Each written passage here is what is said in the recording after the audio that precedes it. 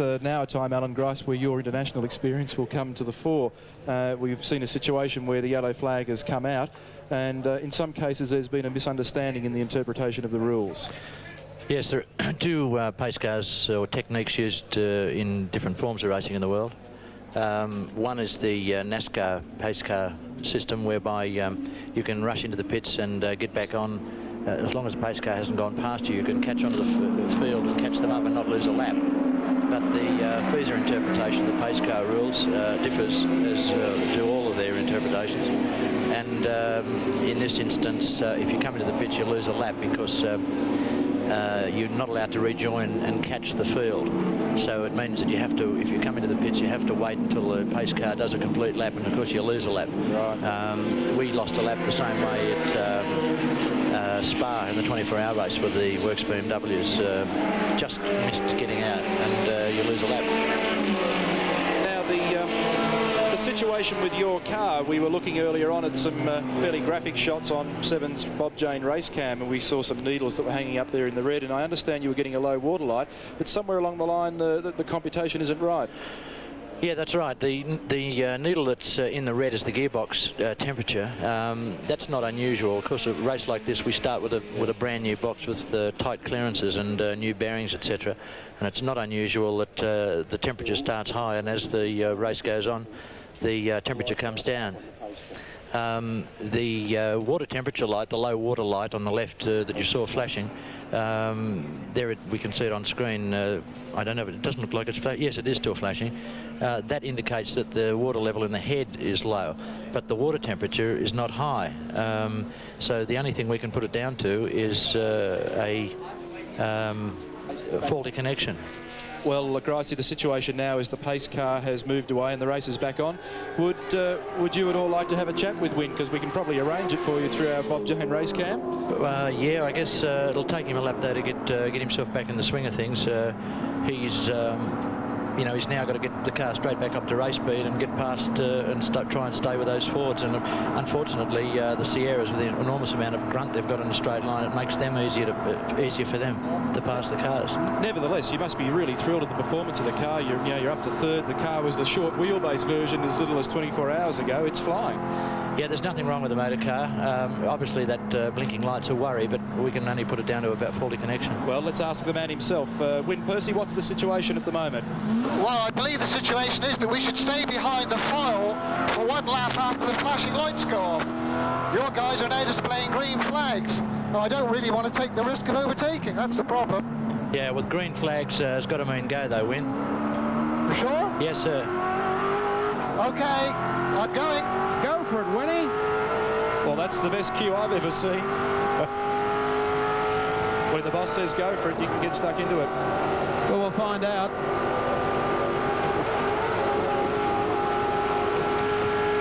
So, we follow Wynne Percy in the Bob Jane T-Mart's Commodore. Well, green flags mean go in any book in the world, and he's going for it. They certainly are. Gricey, I'm really surprised, to be quite frank, that you've been able to get the car back in the same sort of shape as you started the weekend. Have you noticed any little tweaks or traits in the car that weren't there when you started? No, the Hardy's Hero lap, the car was certainly we're not tracking properly. It was going from one side of the road to the other down Conrod, but that was a settling that was taking place with a new chassis rail that we put in, and a wheel alignment fixed that. Robbie Francevic to the pits, the 1986 Australian Touring Car Champion. He hands over to Ludwig Finua on our Motorcraft Pit Report, and Goofy about to have his first attack on Mount Panorama. Yeah, well, that's a good time to pit, really, because he hasn't lost his lap and the car's a bunch, so he'll get out and the bunch he'll have some clear road when he gets out there. The other information right behind that, you'll see that Jimmy Richards has come in as well, Alan and Neil. Well, that's held him up for maybe 10 seconds, I would think. Yeah, that's a little car like that. 10 seconds is very, very valuable. A bit of a miscue there, I think. Well, we'll see how good the stop is. We've got the clocks on them. Frank Gardner presiding at the front of the car. Tony Longhurst strapping in. The combination looks so strong in the Castrol 500 at Sandown only a couple of weeks back, and then right at the end it was an engine failure that brought them undone. Are they bolting on D5 Pirellis? Can't quite see the numbers from where I am, but if that's the case, then that's I should think, a reasonably soft tyre for this situation. Yeah, we're running a pretty soft tyre. I had to ease off at one stage and bring them back to life a bit, and they did. They came right back to life, and I was able to get back into 23s again. Well, they've been there now for 35 seconds, plus what Mike mentioned before, which we think was about 10 seconds. Tony Longhurst, finger at the ready to fire the BM back to life. Looks like they've They got a problem. They've topped her up with Castrol and now can't get it fired. They got a problem. Yep. 49 seconds. This is precious time. You cannot afford to lose 10 seconds in a race like this. Now, what is going on here, Gracie?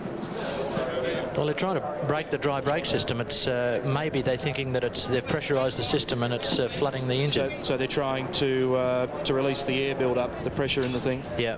So we should explain that one side is fuel intake and the other side is for vent, and normally you have a vent bottle attached. Yes, it is. It makes our 19-second stop look pretty good. Yeah, you're looking really flash. 1 minute 17. And remember, of course, that Jim had done such a splendid job to really climb back through the field with amazing speed. This is very, very dangerous, tipping fuel like this all over pit lane. Yeah, it certainly is.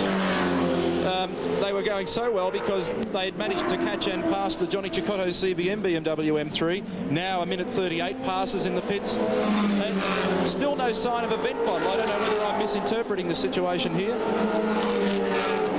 That's a little bit of soapy water to try and dilute the fuel, which is obviously a smart, safe and sensible thing to do. When there's petrol around like that, I'm quite happy to be up here on your commentary. Yeah, absolutely. Safer to be in a red jacket on a day like today, I think. I noticed Winner's hanging on to one of the work Sierras out there. It'd be interesting to know what the times are, but he's... Well, we'll get those for you. Just before we do leave you, Gracie, I'm sure you've got a very kind word for those lads at the TAFE College that work so hard to get your car back in shape. Yeah, me and many other crews here, they've done a superb job. It's not the fact that they just tack the cars together to give you some old rubbishy box to go out and race with. They put you back with a completely straight motor car. And then my guys have made it into a race car from that. The two teams have done a superb job with my car. Yeah, they really do a great job. And Jim Richards, should I say Tony Longhurst, now rejoins the race. Thanks for your comments, Alan. Thanks for dropping by. And I hope all goes well for you this afternoon. And you don't have any fuel problems. Or water problems. Thank you. Thanks, Gracie. Alan Grice with Neil Crompton in the pit area, and not the best of stops for Frank Gardner's JPS BMW team. Disastrous stop, in fact, because they were not only in fourth place outright in the race, of course, they were leading their class, the BMWs being in the 1600 to 2500 cc class. But that's no longer the case. In fact, teammate Ludwig Finnar in the second JPS car will be leading the under 2.5 litre category from Gary Brabham in the 41 BMW and Johnny Cicotto in the 42 car. Klaus Ludwig, of course, leads the race. Steve Soper in second place. They're the two Texaco cars. Then Alan Grice, Win Percy at the wheel in third spot. Jim Richards, of course, Tony Longhurst will be out of that place now, and it'll be Glenn Seaton moving up into fifth place in the first of the Peter Jackson Nissans. Then George Fury, the second Nissan car. John Crook and Peter McLeod in the dealer team Commodore in position number 7. Position 8, Gary Brabham and Juan Manuel Fangio in the BMW. Position 9, Robbie Francevic, Ludwig Finnar now at the wheel of that car. And position 10, Johnny Cicotto and Gianfranco Brancatelli. As we take BP race cam, you'll see one of the Sierras very quickly will bolt onto the tail of Glenn. There it is with the headlights ablaze. Klaus Ludwig is the race leader in the first of the Texaco cars, number 7, the 6th car. Running in second spot, Win Percy, third in the number 2, Bob Jane T-Mart's Commodore. And Glenn Seaton in 15, and there goes the Texaco star beneath the bridge and heading up to Bridgestone Corner, the right-hander.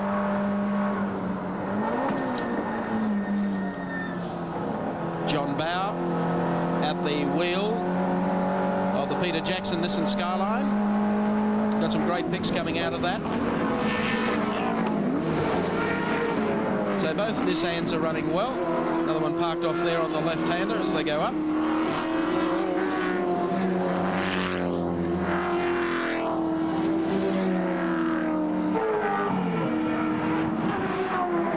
You'll notice, Mike, that the Sierras are not quick round corners, and that the Nissan's quite able to stay with him over the top of the mountain there. It's only when they come down on the really fast parts that the Sierras begin to get away. This is to some degree because they're under-tired for the amount of power that they have. yes, I take your point, Neville. They really haven't got to worry about the cornering when you've got so much grunt in a straight line. In fact, John Bauer's done a good job over the top of the mountain to stay in touch with the Sierra. They come down to Toledo Tools turn.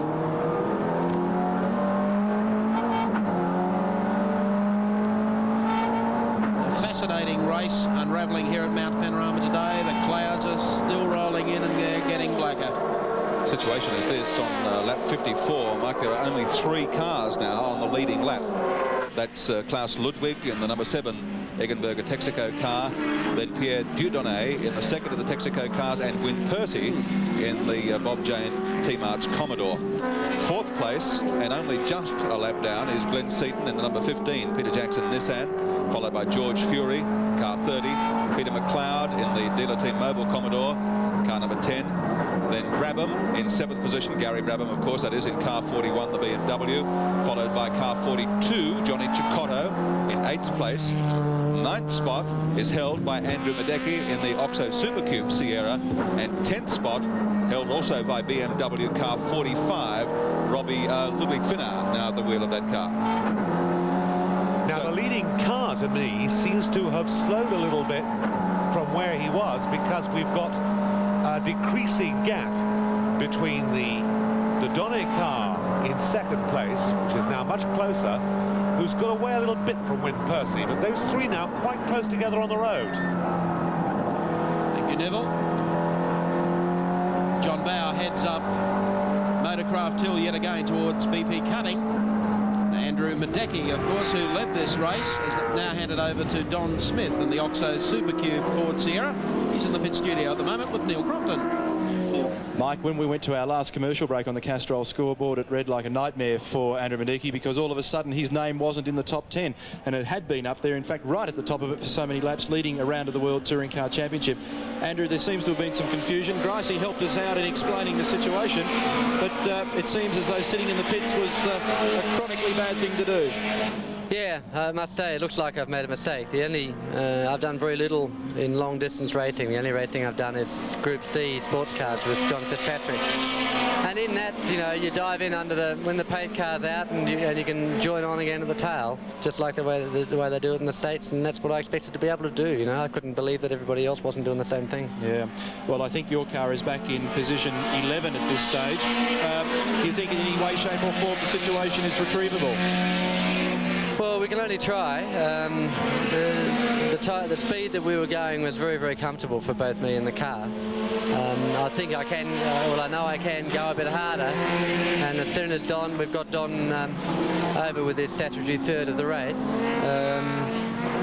you know, I'll be going like buggery. You've knocked on the door of international competition a couple of times. You're the winner of the Malaysian Grand Prix. You finished 4th and 6th in rounds of the World Endurance Championship in Porsche 956 sports cars. Do you think that now this great performance today will open the eyes of some of the international teams, and you might be able to either take your team into this situation, or perhaps get a drive and really prove your international worth, because you're certainly showing it in terms of skill? Well, I hope so, Neil. You know, I've been knocking on the door for a long time, and I don't know whether I don't do my PR right, or whether some people say I don't look like a racing driver. What do they look like? You know, it's so often. Yeah, I'd like to think something will happen. We'll keep our fingers crossed, and we hope that everything goes well for you this afternoon, but certainly a bad situation. And incidentally, before I leave you, the Roland Ratzenberger BMW M3 that spent some time in the pits, that's car number 46, has been pushed to the rear, and so we can expect to see the Rat in another car later this afternoon. We'll have more news of that shortly.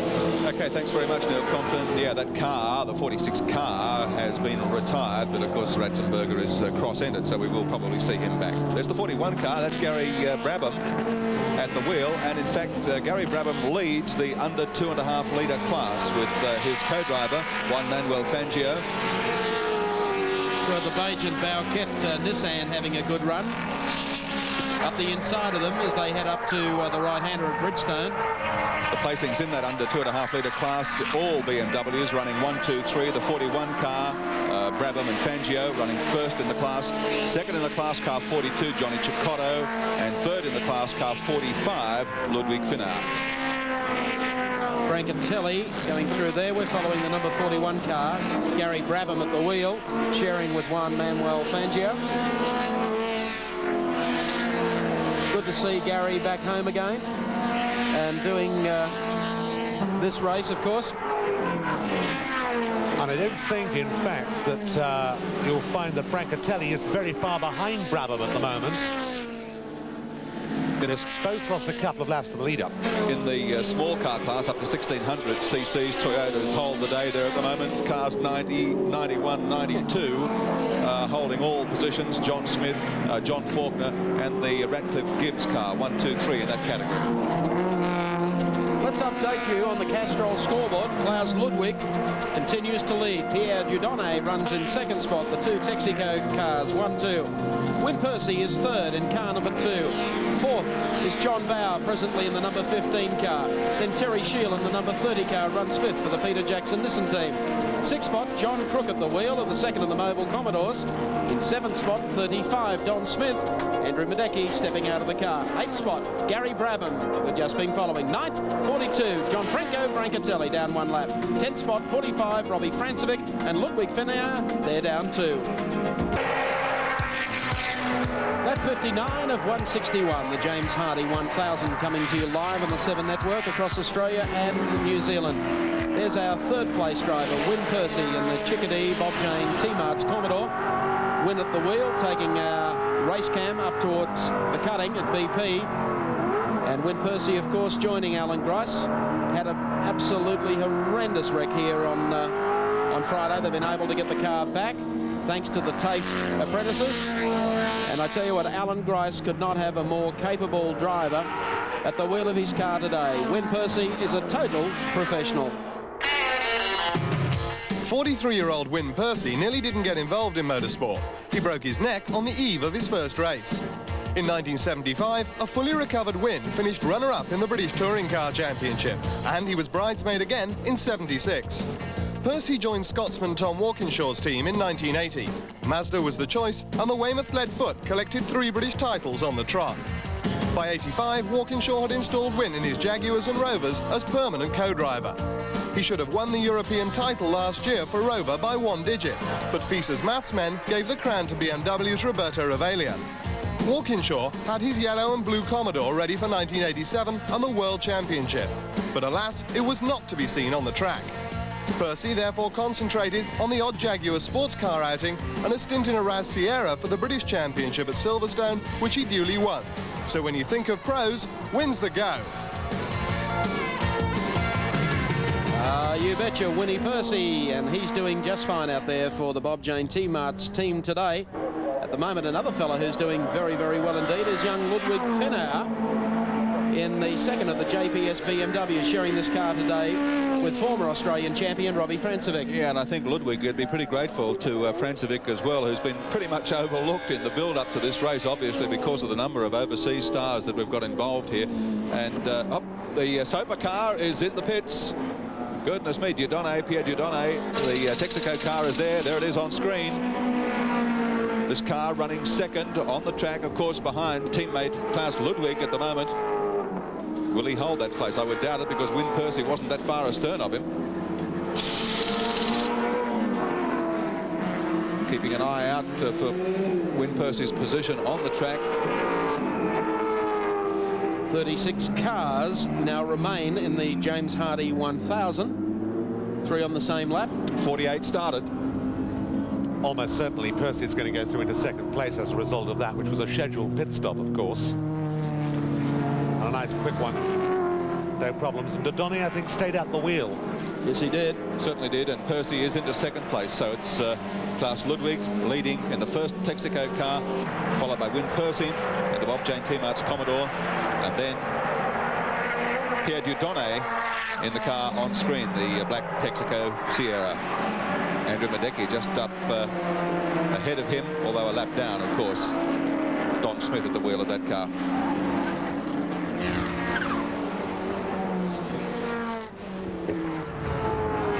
Retirees in the race, as Mike just mentioned. There are only 36 cars still up and running. The Maserati it has disappeared. Armin Hahner and Kevin Bartlett. Car 5, of course, the Peter Brock entry, also off the track. Car 9 has retired. Alan Moffat, Andy Rouse in the ANZ Sierra. 11, of course, we saw poor old Larry Perkins in that first lap incident with car 18 driven by Neville Crichton. The Shell Ultra Sierra put both of them out of business, and not long afterwards we saw Dick Johnson park the 17 Shell Ultra car off the side of the track, retired. Car 21 has disappeared. That's Graham Crosby and John Billington, the New Zealanders, in their VK Commodore. Car 22 is also out. The Lusty brothers went out in spectacular fashion, as we saw. Car 32 missing in action. Warren Cullen, Gary Sprague, we saw that incident as well. Car 46 has retired. That's the Emmanuel Pirro, Roland Ratzenberger BMW. And car 57, Colin Bond and Lucio Cesario. We saw Lucio put them out of business also. So a lot of cars, a lot of damage. 36 survivors at this stage, but still so far to go. 100 laps plus remaining. Well, we're watching Pierre Dieudonné coming down the hill, and no doubt about it that the engineer journalist is keeping his end up very well in this car. He's not very far behind the number 35 car, the Medica car, which led the race earlier on, but he hasn't got ahead of him, which I think is quite significant, because we had been led to understand that in Don Smith's hand, that car might not be quite as quick. Well, Pierre still hasn't got ahead of him.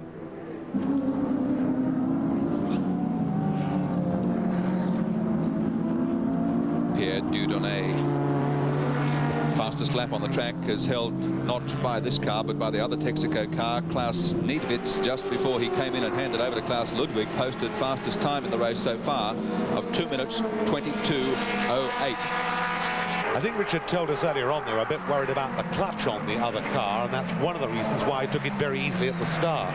They're worried about the clutch on all of the Sierras, and as far as starts are concerned, that's why Niedwitz was so slow off the line. He said before the race even started, when I was talking to him, he said, I will be very slow off the line. Steve will go quickly, and we'll protect the rear of the car to start with, and that was the plan from the beginning. Well, the man who's running second in the great race for 1987 is, of course, Wyn Percy, carrying our Bob Jane T-Mart's race cam.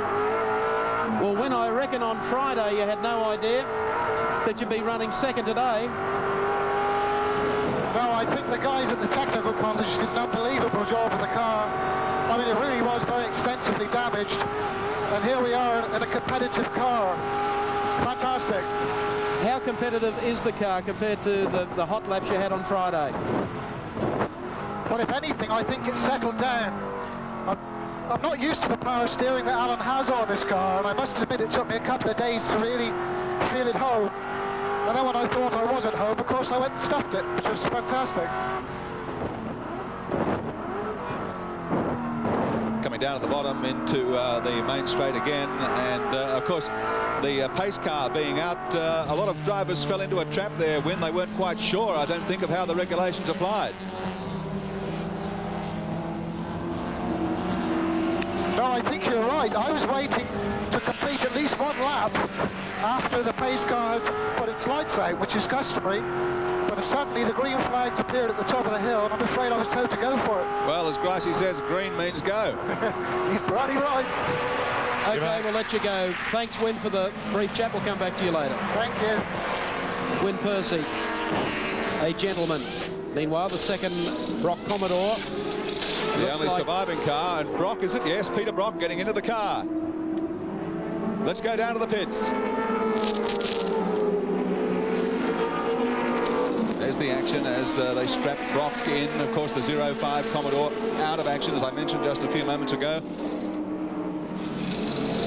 We've seen this before, haven't we? We certainly have. I remember Phil Brock standing in the pits waiting to take over his ride in the second car. Then brother had to step in and say, park it, I'm going racing. Brock says, I'm ready. And he's off, Peter Brock. So the 8 times James Hardy winner rejoins the field. He was in 6th place when he went into the pits, and I don't think he'd have lost that much ground there. We'll have that for you shortly. That's good to see. Brocky is back out on the racetrack, and he will leave in 10th place. Let's recap the positions for you on the Castrol scoreboard. Klaus Ludwig leads. Win Percy and Gricey run in second. Pierre Dieudonné is third. Fourth place is John Bow. Fifth spot is, of course, next one up, because the Crook McLeod car goes back. That'll be Georgie Fury and Terry Shield. They're then followed by Don Smith at the wheel of the Oxo Supercube car. Then Johnny Cicotto and Gianfranco Brancatelli. Next on the queue, Gary Brabham and Juan Manuel Fangio. And rounding out the 9 is Francevic and Finnar. You never know. Running in 10th spot after that changeover into the backup car, after his own car went out a little earlier this morning. But Brock could well still stamp his mark on the 87 grade race.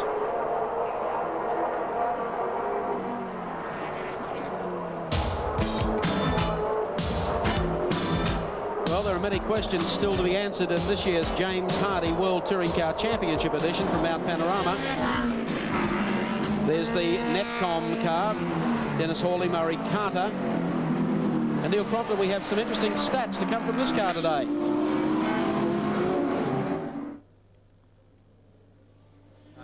You're right, Mr. Yes, indeed we do, Mike. And this information that we now see on screen is a combination of technologies provided by Netcom and our own Racecam people, and we're getting live data out of this motor car. And what we see in the display on the left-hand side of frame is the speed of the motor car, and the right there we have the revolutions per minute.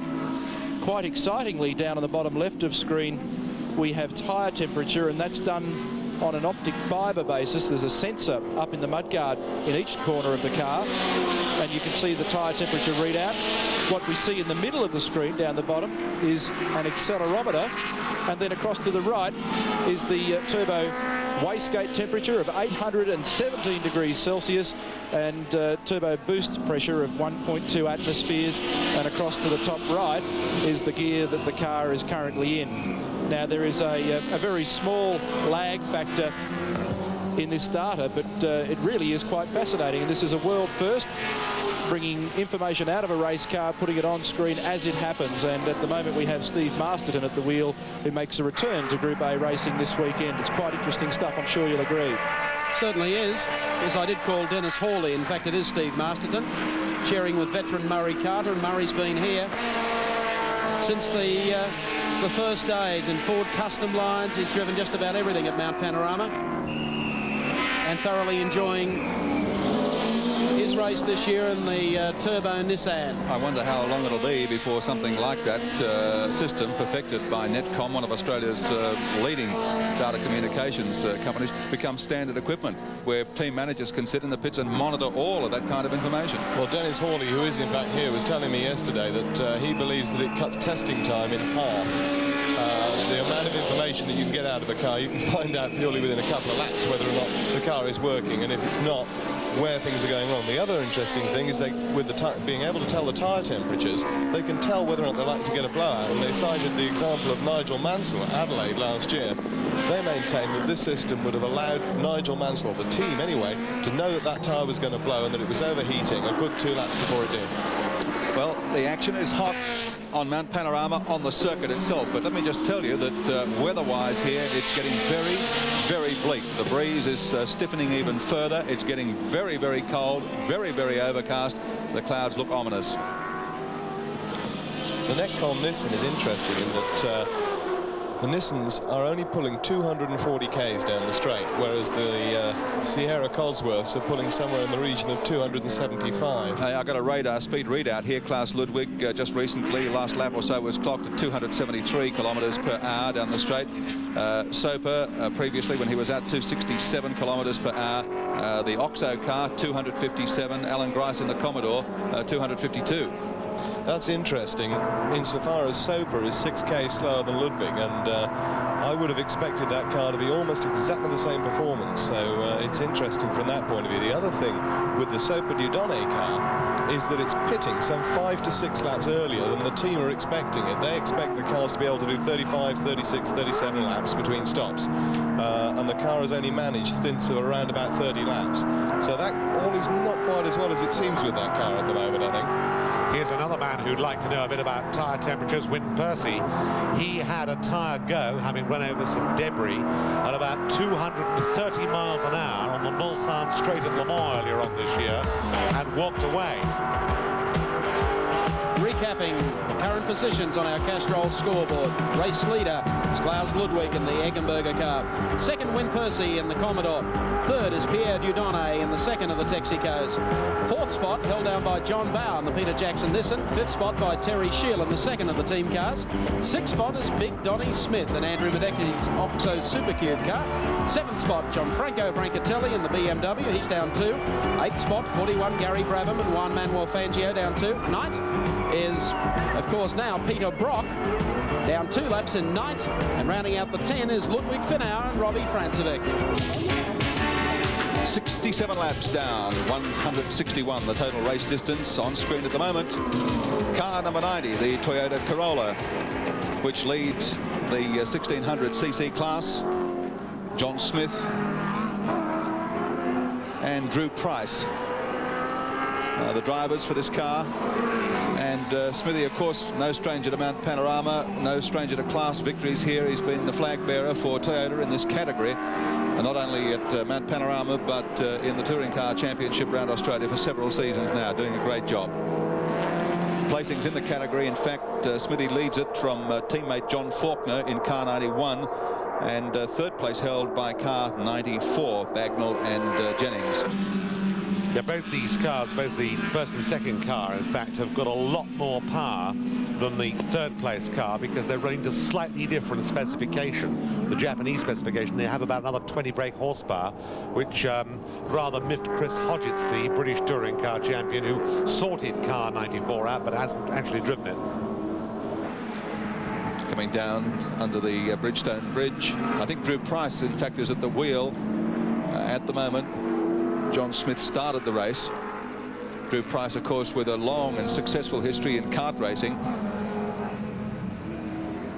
The little Toyotas are having things a little bit easier for themselves than they normally do. Underneath the Australian Group A regulations, they tend to run in the up to 2 litre category. That's the Class C, the bottom category, and they're normally competing against the Nissan Gazelle, which gives them some fairly stiff competition because, of course, it's got more power. But running underneath the World Touring Car Championship regulations, it has to be a 1600cc class, and in fact the only competition they do have is the Alfa Romeo 33 of Giorgio Francia and Daniel Toffoli. You mentioned the Nissan Gazelle. That car, of course, with Mark Scaife driving it, didn't get around lap 1. They had some problem with it. It did go back out again and begin circulating, but I'm not exactly sure where they're placed in the field at the moment. Well down. When we were down in the pits earlier on, in fact, the team was saying that the car had come in with overheating problems, which we couldn't quite work out why he would have stopped the car on the circuit rather than continue driving it slowly and keep the air running through it. Because, of course, if you stop a car that's overheating, it gets hotter and hotter and hotter because there's no air going through it to cool it down. Car number 3 is in the pits at the moment. That, of course, is the Peter Jansen, Peter Fitzgerald Commodore VL. And, I'm not sure whether they had a driver change there or not. I don't see any driver having got out of the car. No, doesn't look that way. Position 17 on the racetrack at the moment, car number 3. And the captain, Peter Jansen, making a long-awaited return to Mount Panorama. It's been a season or 2 since he's been here. Peter Fitzgerald, of course, the reigning Australian Group E champion. It's interesting how technology has evolved, and 16 valve cars, 4-cylinder 16 valve cars now lead all of the classes. The Toyota is a 16 valve 1600, the BMW is a 2.3 litre 16 valve unit, and the Ford Sierra Cosworth, that too is a 1600 with a turbo on it. Well, a lot of cars are going this way primarily because the regulations in regard to fuel emissions are indicative of the fact that you've got to have a better breathing engine, and 16 valves the answer to this.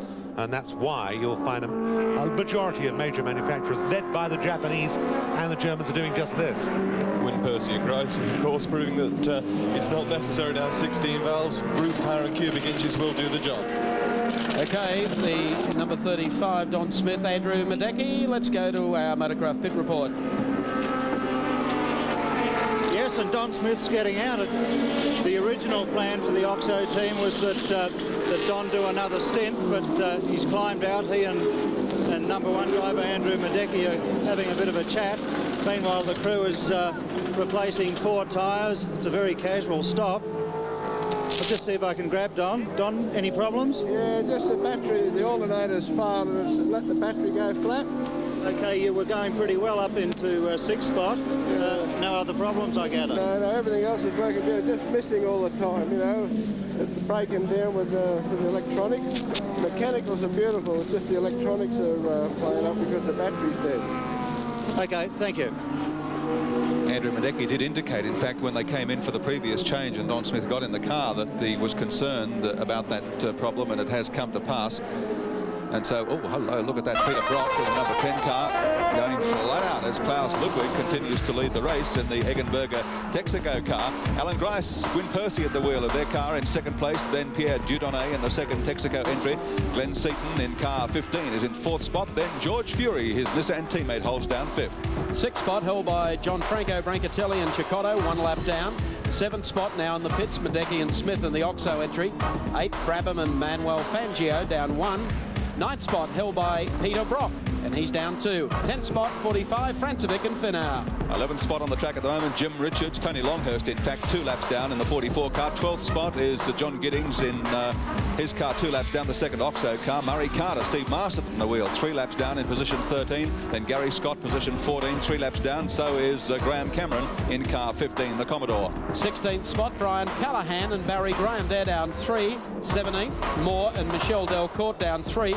Then 18th is 38 Bill O'Brien and Brian Sampson. 19th is Peter Jansen and Peter Fitzgerald in the number 3 car. They're down 4. 20th spot, Cavic and Bailey in another Commodore. 21, Koninowski, Gary Rush in a Commodore, 4 laps down, as are Steve Reed and Trevor Ashby in 22nd position. Tony Mulvihill, Ken Matthews, 23rd position, also 4 laps down. Then the Trevor Coe, Ian Tulloch, BMW in position 24. Ray Gulson, Graham Gulson, father and son, are 5 laps down, position 25. 26th is Phil Ward and Lyndon Riethmuller in the Mercedes. 27th, John Faulkner and Drew Price, got a Toyota Benefit. Behind them, John Smith and Faulkner. 29th is Andrew Bagnall and Mark Jennings. And 30th spot, Winnie Vaught and Olivier Gruard. Position 31, Marcus Ostrike, Roland Ratzenberger, car 40. Position 32, David Ratcliffe and Mark Gibbs, 8 laps down in their Toyota. Giorgio Francia at the wheel of car number 10 in 33rd spot. Mark Scaife and Grant Jarrett still out there in the 60 car in 34th position, 13 laps down. And Ken Bajan, Graham Bowkett in position 35 after 70 laps in the great race of 1987. Hardy World Touring Car Championship race from Mount Panorama at Bathurst. And the man who was in a class of his own on the mountain this year is Herr Ludwig, driving the number 7 Eggenberger prepared Texaco Ford, leading this race very, very comfortably.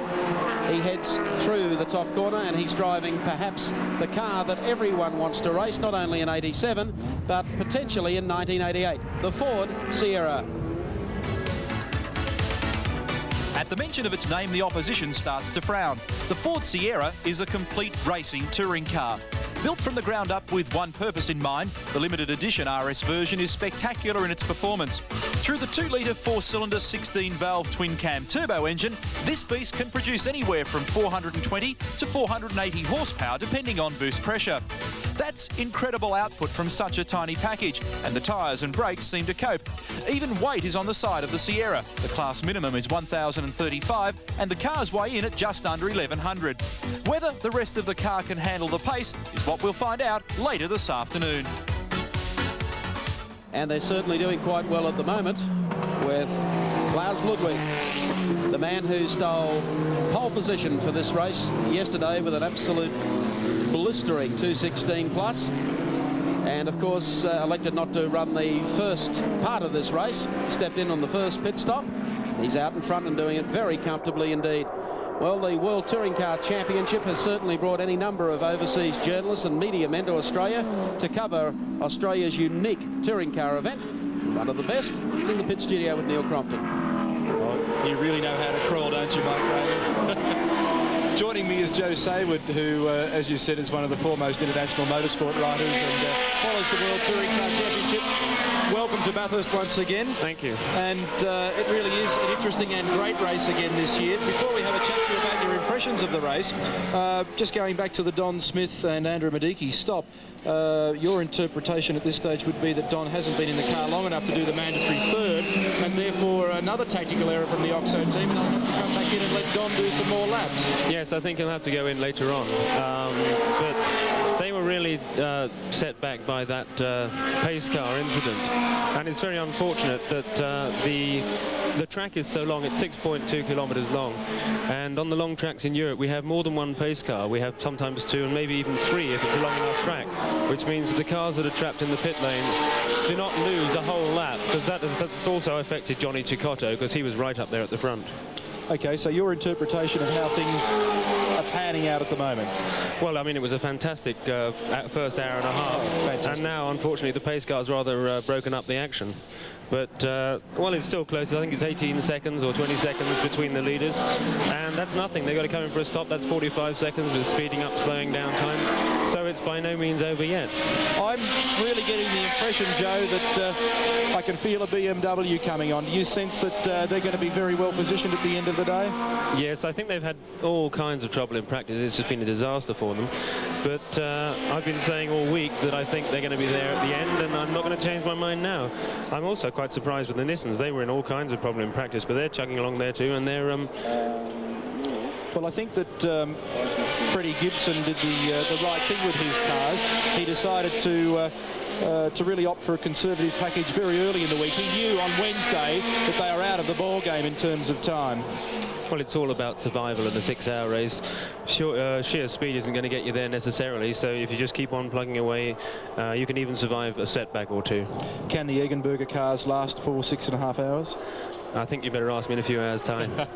All right, thanks for dropping in. Look forward to chatting to you later on. Joe Saywood. Bye-bye. Thank you, Neil Crompton.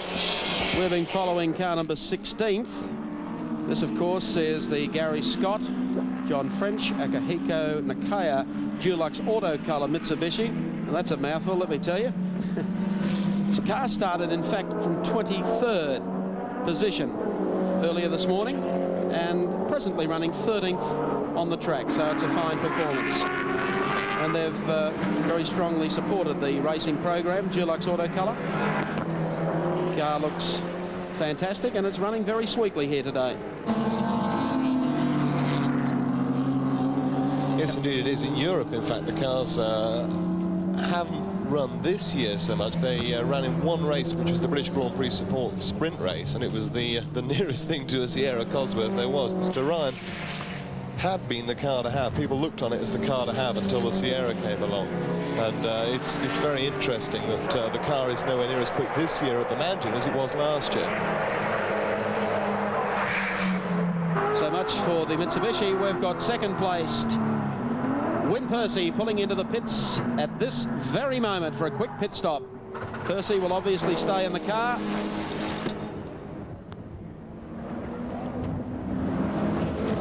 Interestingly enough, Mike, they haven't bothered to open the bonnet, look at the water or anything like that yet.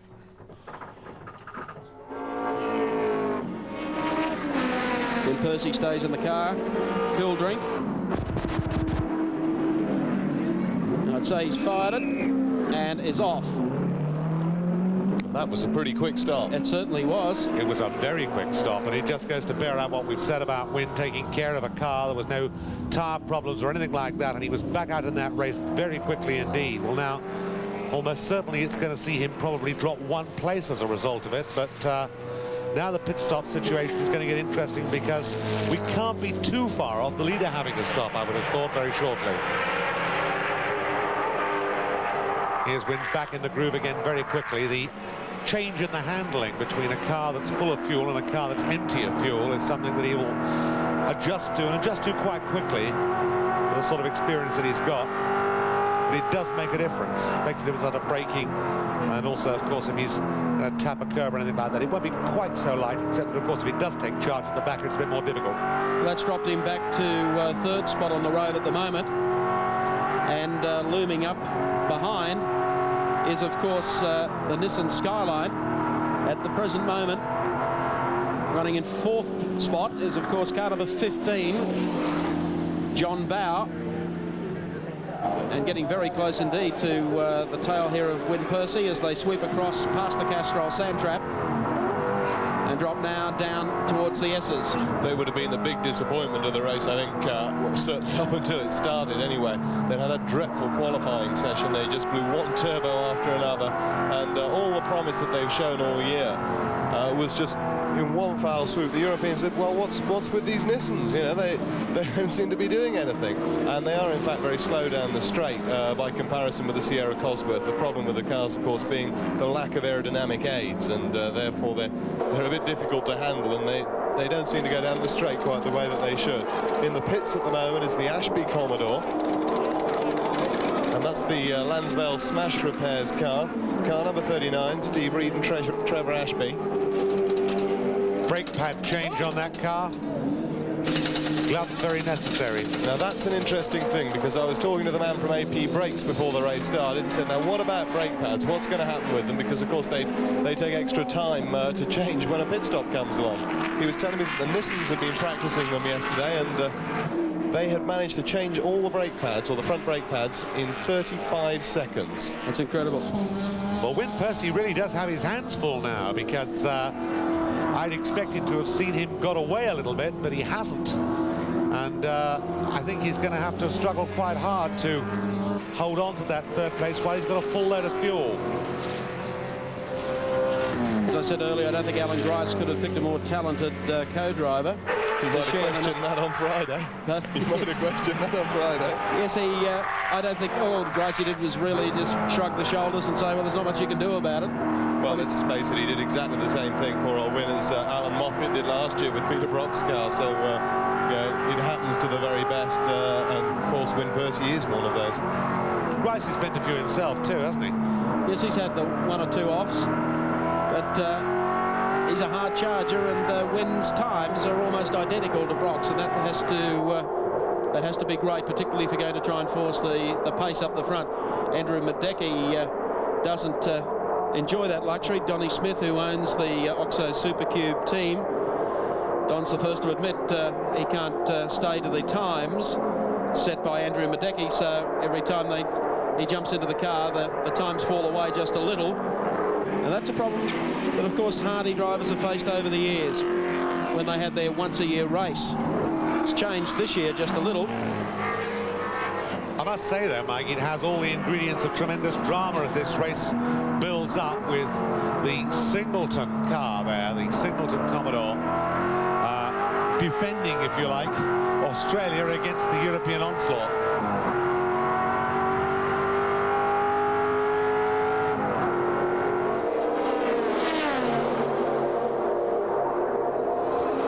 We follow Win Percy, car number 2, on lap 75, running 3rd. Down 1 lap, and behind him is, of course, Glenn Seaton in car number 15, and in 5th spot, Glenn's teammate George Fury in the 2nd of the Peter Jackson Nissan Skylines. Actually closed right up behind Win there for a while. Now Win's off and running again, building up that advantage. It's opened up considerably in the last 2 laps.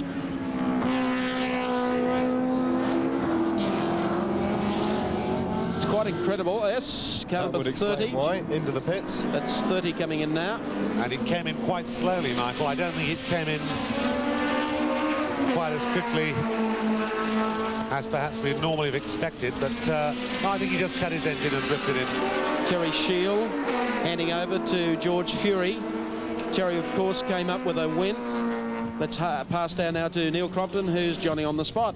Okay, we've got 20 seconds down in this stop so far, Mike, and all's going to plan. George Fury strapping in. Terry Shield standing by. Everything's good. They got belts that work. The guys are just getting the remainder of the fuel out of the vent bottle and just tucking it back into the car. Andrew Bartley's on the front right-hand corner here in front of me. He's doing a pad change on the Nissan, and I haven't seen them do that before. He's been around in plenty of professional race teams. He knows what he's doing. And across on the other side, on the left-hand side, they're also doing the same. The pads that have come out of the car don't look too bad, in fact.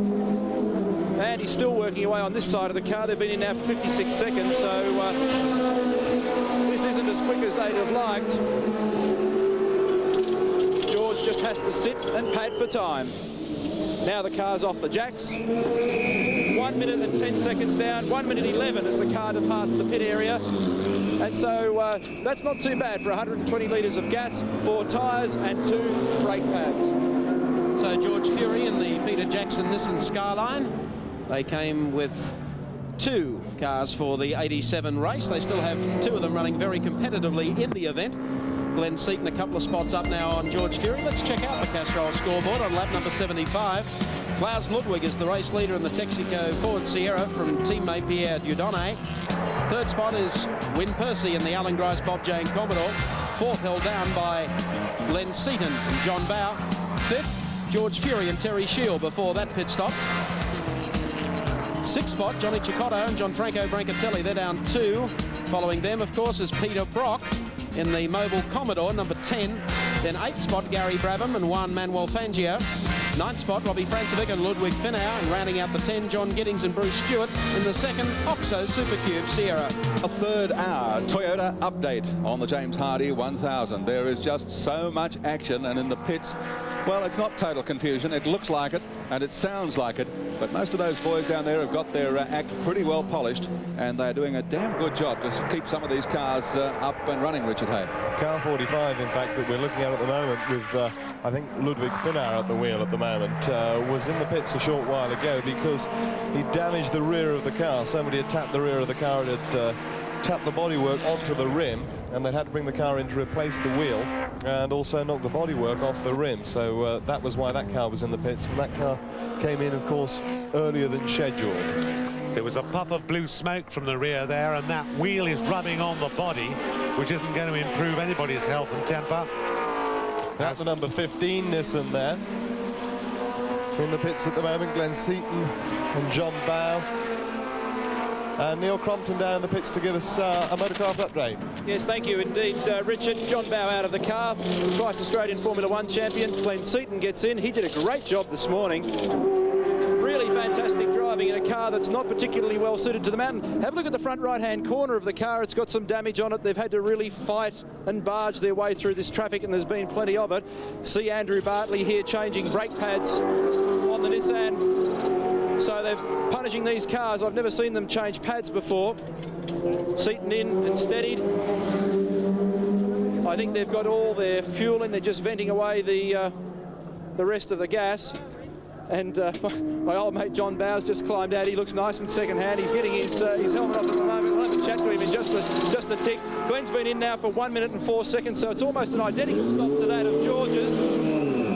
And he's out in a time of 1 minute and 10 seconds. And notice that Glenn's pumping the brakes, trying to get some heat in those pads as quickly as he can. Mate, you look nice in second hand. Yeah, it's really hard work, but it's going quite well, really, considering it's a bit down on power. So I'm quite happy with it. I've spoken to you after a couple of other stints in the car earlier in the year, and you've said, by gee, it's been hot and hard and I need to get fitter. Well, are you? I'm fit now, yeah, but it's still very difficult car to drive over the top of the mountain, as you can see probably from the in-car shots. We were getting some great stuff on the BP race cam. You looked to be very busy, and there seemed to be maybe a tendency of a bit of understeer occasionally. No, as the tyres went off, it understeered going into the corner and oversteered coming out, so... Each way bet. Yeah, I mean, you know, you can't complain about that, can you? Well, this is, I think, the first time that you've really been able to generate any decent laps in a car at Mount Panorama. Are you enjoying the circuit? Oh, yeah, it's good. I like the new bit. I reckon it's much better than it was before. It's quite interesting with that very fast right-hand king, and it, you know, it sort of sorts them in from the boys a bit. Okay, John, I'll let you go and have a drink. Thanks for talking to us, and we'll see you later on. John Bow. Thank you very much, Neil Crompton, and to John Bow after a tough stint in the 15 Nissan, and Glenn Seaton now back in that car as the race passes the halfway distance. Yes, indeed, and many people thought that the Texaco Sierra Cosworths wouldn't still be running at this stage. They are, and so are some other turbo cars too. Those Nissan Skylines lurking there in 4th and 5th places, and they could well be cars to keep an eye out for. 81 laps down. if my count is correct. 79 laps down, rather, just on the race halfway distance, and Ludwig continues to lead it in the Texaco Sierra. Soper, the second Sierra, or Giudone at the wheel in second place. Win Percy at the wheel of Alan Dreiser's Bob Jane T-Mark's Commodore holding third. Then Glenn Seaton, we've just seen, back behind the wheel in fourth spot in the number 15 car. Johnny Cicotto in the BMW. Brancatelli, I should say, at the wheel in fifth spot. Then Peter Brock at the wheel of the number 10 Commodore holding down sixth. Position number 7, John Giddings and Bruce Stewart, 2 laps down in their Ford. Position number 8, Gary Brabham, one Manuel Fangio, it's a mouthful, 2 laps down as well. Position number 9 is George Fury and Terry Shield in the second of the Nissans, and position number 10, Jim Richards and Tony Longhurst, 2 laps down after 79 in the great race. 82 laps down out of 161 in the James Hardy 1000 for 1987 on screen. One of the European BMW entries, car 40. And of course, Roland Ratzenberger has done a quick switch, and he'll be involved in the driving of this car. He's not in it at the moment. He was in car 46 originally at the start of the race, but that car has been retired. And Roland is with Neil Crompton in the pits. Wilco, I think Roland's about the only guy down here at the moment who's warm. It's become very, very cold at Mount Panorama, and he's very neatly dressed in his BMW M team outfit. But Roland, you've had a pretty ordinary sort of a morning. You made a number of pit stops and you had to retire car 46. What was the problem? Yeah, I think something with the valves or the camshaft broke, and so we tried to carry on. I did a few laps in the car, but the engine didn't rev just up to 8 and not under 7,000. So we just decided to call it a day, and this was car number 46. Sure. Now, you're cross-ended in a number of other cars. Will you go back out to the circuit this afternoon? Sorry? I know that you're cross-ended in some other cars. Will you go back out on the circuit in another car this afternoon? I don't know yet what's going to be the decision, but obviously it's very important that Roberto gets some points. And for me, it would be quite important to get some World Championship points as well, but I think it's a bit too early at this stage to say something. You're one of the busiest young men in international motorsport. You've been doing the European Formula 3 Championship and contesting the World Touring Car Championship. What do you have in store for us next year? Yeah, I think pretty much the same than this year. Just hope it's a bit more successful. Thanks very much for talking to us, and best of luck if you go back out. Thanks, Roland. Roland Ratzenberger talking there with Neil Crompton, and car 40, which we were following during that interview, is in 30th position on the track. So they'll have to pick up a few more spots to pick up the points that Roland was so concerned about.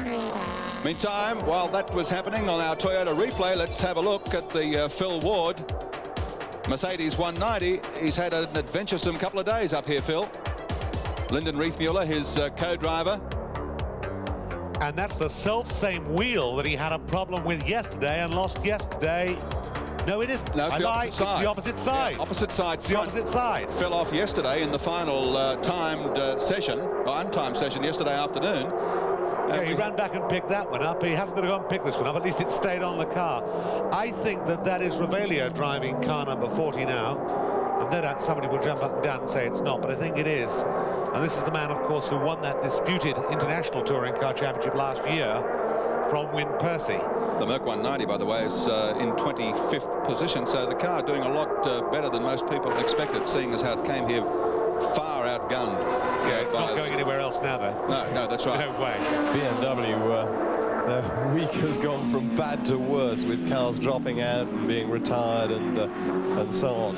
It's almost unreal. These little M3s, which have virtually conquered Europe, have had such a dreadful time while they're here. I think there's only 2 cars survived without any damage from practice. Well, there's an old saying here, Richard, you can't help bad luck. And they've had plenty of that. In abundance. Car 92, just in behind the BMW, is the Ratcliffe and Gibbs Toyota Corolla entry, which is running 4th in that class, the 1600cc class. And the Eggenberger Texaco team are getting ready for a pit stop. They're all action down there, so we can expect to see one of the black and red Texaco cars into the pit lane shortly. That's the second Oxo Supercube car, 34. Just in behind the BMW. Car 34, of course, John Giddings and Bruce Stewart driving that entry. Andrew Madecki and Don Smith driving the lead Oxo car. Talking of BMWs, of course, one has crept back up to 4th place. Yep, look at this. That's the number 7 car. That's the leader. He's in trouble. Limping down towards the pit area. One of the Nissans going straight past. Coming down to Caltech's chase, I should say. It's a long way yet to get to the pit lane. Klaus Ludwig behind the wheel. The man who set fastest time. His co-driver, Klaus Niedwitz, started the race. Handed over to Ludwig. They were flying up front. Had a commanding lead in the race. But have got some problem and are making their way very slowly back to the pits. Well, one man who will be smiling about that is the man we were looking at a few moments ago, Roberto Ravaglia. There goes Steve Soper. That puts him in the lead for the race now. Yeah, the Soper car in the lead, and of course the man who will be very happy about this is Alan Grice, who's sitting down there in the pit and thinking to himself, well, everything comes to he who waits. You've got it. Here comes Klaus Ludwig into the pit area. The Eggenberger crew are ready and are waiting for the arrival of the car. Try to get in as quickly as possible. Actually, that's the quickest he's been. Here he comes. Coming up to... Driver change coming up here too. Klaus Niedwitz going to get into the car. On the opposite side to our camera, of course, left-hand drive. Our Motorcraft's pit report speaks for itself, as you can see, the frenzied action on behalf of the Eggenberger team. Now, there seems to be there's obviously no mechanical problem. Then why was he taking it so slowly down Conrad's fuel? My guess is fuel, but it's only a guess. Well, if that's the case, he's chewing it up. Yep. Yeah, it looks as if it was a fuel problem. Fuel and a driver change, so yeah, it must have been fuel. Yeah. Now, that drops them back to 3rd place. And at the same time moves Win Percy up to 2nd. Be thankful it's a downhill run to the pit area here at Mount Panorama, which is well the pits aren't on top of the hill. Well, let's watch and see whether it gets up to race speed fairly quickly, and if it does, then we'll know all is well, and if it doesn't, then we'll know that things aren't what they might be.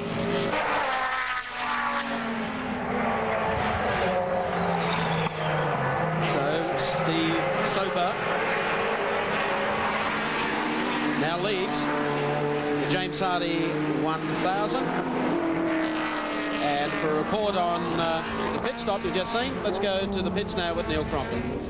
Yes, Mike, Klaus Ludwig came to the pits because he ran out of fuel. An old and basic and simple problem in motorsport, and no matter how many millions of dollars you've got invested, you can still make those kind of mistakes. Just here and very busy, we were going to have a chat to him with Steve Soper.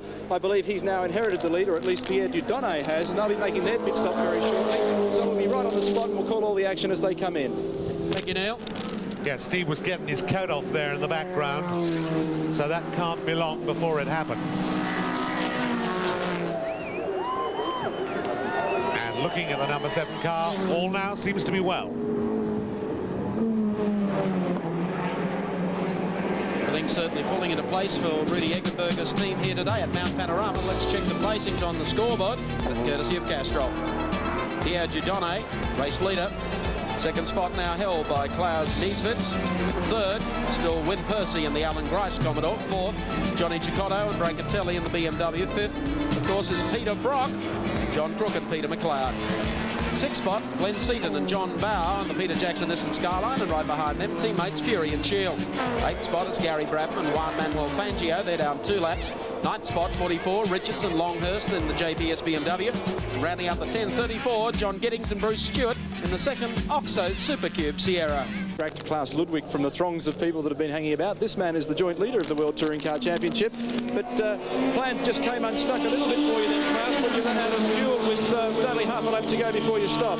Yeah, that's correct. We have an electronic decal that shows us exactly what we used, and that was definitely wrong. And I had 12 litres on the decal, and it was running out of it. You must be thrilled with the performance of the car. It's all looking very smooth. It's handling well. It's obviously going quick enough. Can you now maintain the pace right through until later this afternoon? Hopefully. The car is doing so fine and no problem.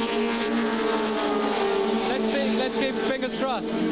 Your hopes for the World Championship with, let me see, 3 rounds to go. Do you think you can do the job? Hopefully. You know, it's a super thing to win this World Championship. It's the first time this year. To be the first champion would be nice. I know that you've had some problems with these cars in the last couple of rounds of the World Touring Car Championship with transmission, differential axles, those sorts of things. Do you believe that you've now engineered those problems out of the car? Yes, I hope so. Rudy Eggenberger did a superb job, so I hope everything will stand together. You know, we won the 24 hours at the Nürburgring, which is extremely rough to the car also. So why shouldn't we win here? It's your car is running well, so hopefully. Keep your fingers crossed. Yes. Thanks for talking to us. Klaus Ludwig, the man who led this race until just a few moments ago, but is still in second place. And still looking menacing, may I say. Neil Crompton there with Klaus Ludwig, pole sitter for today's grade race. Car number 15, Glenn Seaton in 6th place at the moment, Peter Jackson Nissan Skyline. Of course, Glenn Seaton, runner-up in the Australian Touring Car Championship, is one of the young lions on the move. Keep an eye on him in the later stages today. A new face in Toyota's gallery of champions is the whiz kid of touring car racing in Australia, 22-year-old Glenn Seaton. Racing since he was only 14 in karts, Glenn has made it to the top very early in his career. Since turning to car racing at 17, he's done well in the Australian Touring Car Championship and picked up a Castrol 500 win last year. When Glenn first arrived on the scene with the Peter Jackson team, there were those who wrote off the kid. Certainly in the case of the Sandown Touring Car race, the boots were flying into young Glenn. But time and again, he displayed the form of a winner. And after showing a heap of promise in 1986, Freddie Gibson and the team gave him a regular ride this year. Glenn didn't let them down. He battled long and hard with Jim Richards, and it was a thrilling season. It all came down to the wire at Sydney's Oran Park. Either could win the title. After some biff and barge that fell in Jim's favour and a turbo malfunction, Glenn ended the series as runner-up. However, he's shown himself to be a champion in every sense.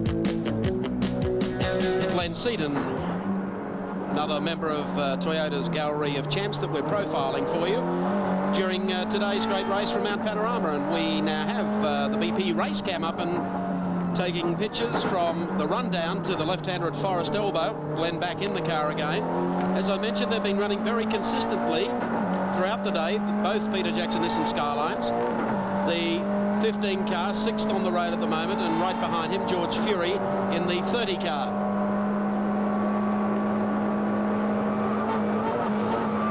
They really seem hard work, having looked at that car. And if you look at the way Win Percy's ride's going, bouncing about and flicking all over the place. As we said, no aerodynamic aid, so difficult car.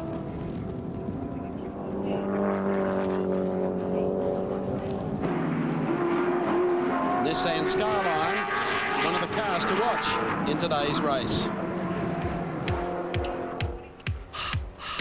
This car should have been twice Australian Touring Car champion, but luck has always deserted it.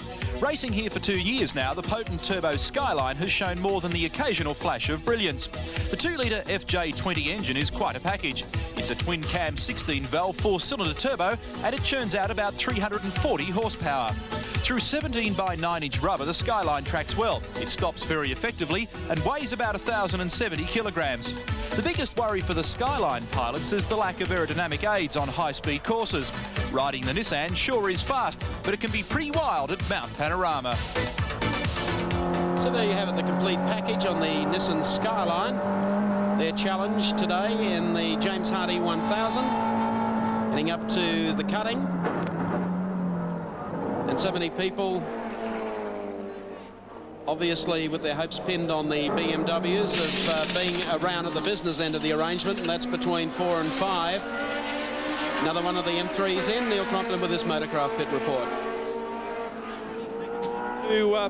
Sorry, we've got audio now. We're 20 seconds into this pit stop of Gary Brabhams and Juan Manuel Fangio II, the nephew of the 5-time World Formula 1 champ, and they've been doing a very good job. Consistent, smooth, sure, and at the moment, I'd say they're looking at quite a reasonable finish in the top 10. Gary Brabham has come to terms with this type of racing quite quickly. Fangio now pulls the car out of the pits at a time of 50 seconds. Gary, in fact, ran a touring car at Alton Park in the UK a few months back. It was a commentary 3 seconds, shown that not only could he win 2 rounds of the British Formula 3 Championship quite comfortably and be up there amongst the point scorers, but he can adapt to cars with roofs as well. In fact, I might try and drag him up if I can. He's just behind us over here. We'll go walkabout. And it's a fairly red-faced Gary Brabham. Gary, cars with roofs and windscreens, this is all a bit strange for you. Yeah, it's, the car's going really well out there. I'm just taking it easy. Mate, I don't want to be the quickest driver out there. I want to be there at the finish, so maybe we get asked back next year. Yeah. By gee, your career's going well. You've done very well in British Formula 3, and I know you're going back next weekend for a big race, and it looks like you might have carved yourself a career in touring cars as well. Well, I certainly hope so. My main part is next year is to do the Formula 3000 Championship. But obviously I'd like to do some more touring car races. It's fantastic. Now, I have to put this one on you because it keeps popping up in papers all over the place. Will there be a Brabham involvement in a Formula 1 team again in the near future? Well, I hope to. I don't know when I'm going to get there or not. I'm just don't give up, keep trying, and one day it'll happen. Well, things are going fine for you today in the James Hardy 1000, so we look forward to a good result at about 4:30. Great, thanks very much. Thanks. That was Gary Brabham. Car 41 was in 9th position when it went to the pits, and with Juan Manuel Fangio now at the wheel, it's back in 10th spot. Well, here's the leading BMW M3 in today's James Hardy 1000. It, of course, is the Gianfranco Brancatelli car coming down over the top of the roller coaster towards Caltech's chase at the moment. In 4th spot, 1 lap down on the leading division of Dieudonné, Percy and Niedzwitz. Branca, in fact, has had, of course, some good seasons over the last years. It was BMW to Volvo, Volvo to Rover. Last year was a bit of a letdown, but this year back again with the M3 BMW. He and Johnny Cecotto, they get on well. They're about the same size, and they've gone very well in this car throughout the season. He's just sensational, Neville, over the top of Mount Panorama. Really is. Okay, recapping them for you on the Castrol scoreboard. Here, Dieudonné leads the great race. Win Percy is in 2nd. Klaus Niedzwitz is 3rd. Brancatelli is 4th, down 1 lap. 5th is Peter Brock, only down 1 lap. 6th, John Bow and Glenn Seaton. 7th, Farmer Fury and Terry Shield. 8th spot held by Jimmy Richards and Tony Longhurst, 2 laps down. 9th spot, Gary Brabham and Juan Manuel Fangio. Rounding up the 10:34, John Giddings and Bruce Stewart in the 2nd Oxo Supercube Sierra. 59 of 161 at Mount Panorama for the James Hardy 1000. Still a long way to go, and the sleepers in the field, the Nissans, running strongly, and there's one of them on screen. The basic white in behind this Commodore of Ashby and Reed in the 39 car. This is a nice little duel going on here. The car behind them, of course, the New Zealand Nissan entry. Car 24, driven by Kent Bagent and Graham Bowkett. Kent Bagent at the wheel at the moment. On the track, they're running in 27th position. They had a moment or two here on Friday after the car went into the bank. Ashby and Reed just up ahead of them in 22nd spot on the racetrack. That's the Lansvale Smash Repairs Commodore.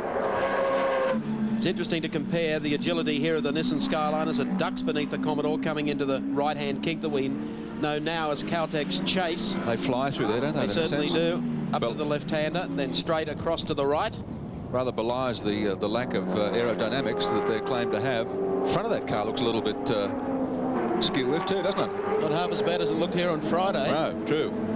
The Sleepyhead-sponsored Nissan Skyline, Kent Bagent and Graham Bowkett. Should please our New Zealand viewers taking our telecast today through NZBC. They'll be looking forward to their World Touring Car Championship rounds on the streets of Wellington in New Zealand on the 26th of October, the Monday holiday weekend. And of course, 7 Sport will have all the highlights of that exclusive. Car 60 in the pits. That's the Nissan Gazelle, driven by Mark Scaife and Grant Jarrett. Had a problem on the first lap of the race and were off the track for a number of laps. But up and running again, although at the moment they seem to have a fairly lengthy problem. Let's go down this. We've got some more action in the pits. We can talk now, I think, to John Smith, who's been battling it out for the lead in the 1600cc class. He's with Peter McKay. Yes, thanks, Gary. John Smith, a perfect scenario today for Toyota Team Australia. 1-2 in the under 1600cc class. You having a ball out there? No, we're doing it easy too, thank God. And we've worked very hard all year for this, racing in a 2-litre class. When we're finally in a class of our own in a 1.6 with a 1.6 car, we can really show that how well our little cars can go. It must be a real buzz to be ahead of the English car, the much vaunted English car. Well, that's right. We wanted to see how good we were against it, and I honestly think now that our cars are probably as good as you'd find anywhere in the world. You know, they're factory built, they're factory prepared, and I think you can't go past it. They are really going well. There's obviously a great speed differential between cars and cars like the Sierras. How careful do you have to be out there? How careful do you have to watch the mirrors? You have to live in the mirrors. Lucky the Sierra's doing the right thing. They're running with a few lights on so you can see them. But all you see is this blinding flash go past, up the hill, and they disappear. If you're in their way, you better watch out, because it really is hard work. So the wind that goes past the cars goes past us when the Sierras go past is something fantastic. And there's a big crosswind here today. Yeah, I didn't really notice it was as bad as it was. Our car was jumping around a little bit on the straight, but I didn't realise it was this bad till I got out of the car. Looking forward to getting into a bigger car next year, perhaps a turbocharged Supra? Well, let's hope. Let's just see. There's no decisions been made about it yet, but I'm firmly looking forward to it. If it comes to fruition, we're all looking forward to it. Good. Thanks, John Smith. Thank you, Peter McKay. Another of the Bimmers. Crow and Tulloch, another New Zealand combo in car number 53, BMW M3, and just quietly going about their business in the Wirecard entry, and are in fact in 17th place. Now that's a pretty commendable performance. They don't have the big factory backing, of course, that the European M3s have got, and to be in 17th place at this stage of the race, 91 laps down, they've done well. Car 43. Another of the BMW. They always seem to be in and out of the pits, but they do it quickly and unobtrusively. Neil Crompton is there. Indeed they do, Gary Wilkinson. 15 seconds down. This car is the Bugatti Motorsport BMW M3. It's being driven by 3 drivers today: Winnie Vogt, Alfred Hagar and Olivier Grouillard. And at the moment they're just attending the ever-present problem of high temperatures under the bonnet. They're also trying to get a bit of oil in there. This car isn't on our leaderboard down here. You might be able to update me a bit later as to what's going on. But Grouillard now getting out of the car. That's Hagar sitting in the left-hand side. And this stop is becoming tragically long. 48 seconds down. Maybe that explains why they're in 25th place. Thank you, Wilco. Yeah, that's not good news for them. And when they've got nothing to do except wash the windscreen, you know they've got problems. 1 minute and 2 seconds down. Timing by the calendar here at the moment, Wilco. They've still got problems with this car. Winnie Vogt on the other side, you'll see him. He's the 42-year-old winner of this year's European Touring Car Championship. Young, should I say, fellow, not young.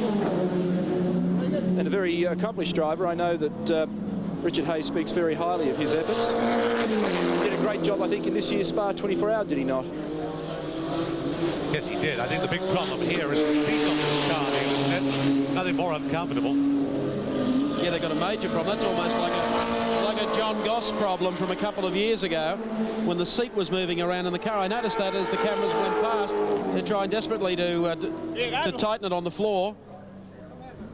So, woes continue for the BMW team. That is a very long and costly pit stop. Yeah, they've been in now for exactly 2 minutes, Mike, and they're working pretty frantically on the front left here, just to our side. Now they've got it mobile. 2 minutes and 6 seconds. Take an eel. Well, they return to the race, and Trevor Crow continues his march towards the lead. However, it's a Sierra very high on Mount Panorama today.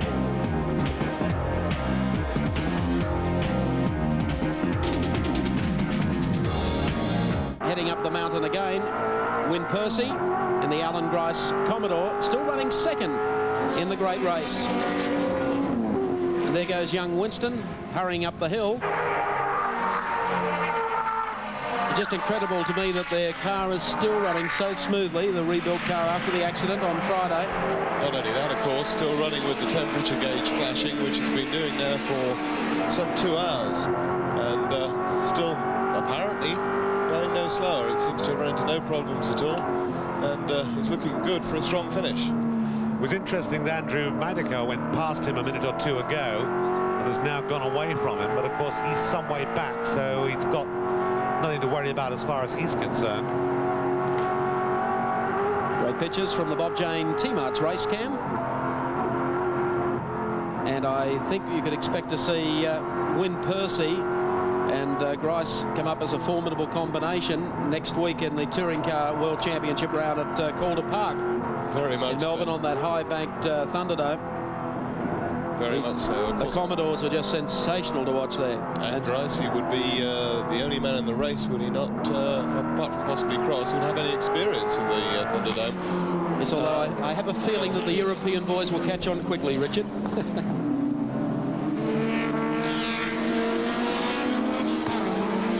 Win Percy was telling me it absolutely terrified him. Grice took him around there in a road car, and he just could not believe how fast a car would go around the banking. But, Gricey, of course, competed in the 300 in America. So that car goes through, looking at the Grice-Percy car and how it has climbed up and gone down, and then, of course, gone back into second spot on our progress chart. Keeping in mind that it really hasn't been out of the top 5 all day. They had a lightning fast pit stop. And Win Percy, because of his vast experience in very heavy cars, is making life very much easier for his co-driver Alan Grice here today. Very, very, very consistent performance by Win. And it just proves the point that Tom Walkinshaw made. Trouble here for the Brian Callahan, Barry Graham Mobile Concrete Pumping Services Commodore. Now this car was running 14th and Brian Callahan was headed for the pit area, and it has just stopped. What wretched luck for those two guys. I know there'll be a lot of oval track followers around Australia who have tuned in to see the fortunes of Callahan and Graham and Tony Noski and Gary Rush here today. It looks like their race has run. Win Percy about to be harried by a BMW M3 across the top of the mountain as they head up to West End Bend.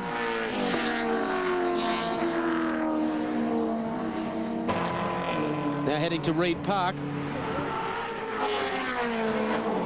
Watch just how smooth Percy is here across the top of Mount Panorama. Particularly the next turn as it comes up. This is where he went off. He came through here on Friday, caught the back wheel out there, flicked him around and straight off into the concrete wall. Doesn't seem to have affected him at all. He still ran the car up on the curb there. No, he's a great professional. Let's recap the present situation on the Castrol scoreboard for you. Pierre Dieudonné leads the great race, lap 94. Second is Win Percy. Third place held by Klaus Niedwitz and one of the Sierras in at the moment. Fourth by Chicotto and Brancatelli. Fifth by good old Brocky, McLeod and Crook. Sixth place, Glenn Seaton and John Bow. Seventh, Fury and Shield in the second of the Nissans. They're 2 laps down. They're 3 laps down in 44, Jim Richards and Tony Longhurst. Right behind them, Gary Brabham and Juan Manuel Fangio. And then rounding out the 10, 34, John Giddings and Bruce Stewart in the second Oxo Supercube Sierra.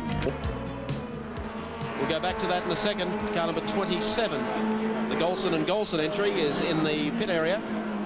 The father and son combination. Meanwhile, at the top of Mount Panorama, Win Percy is just trying to limp around. We might be able to see if we can get to Win in just a second for a chat. Shades of Tasmania there and the Simmons playing through it. The dramas continue in the James Hardy 1000. The second place, Bob Jane T-Mart's Commodore. Win Percy at the wheel. Came to almost an abrupt stop on top of the mountain. Fortunately, hit a downhill patch. I don't know if Win's listening to us at the moment. Win, what seems to be the problem?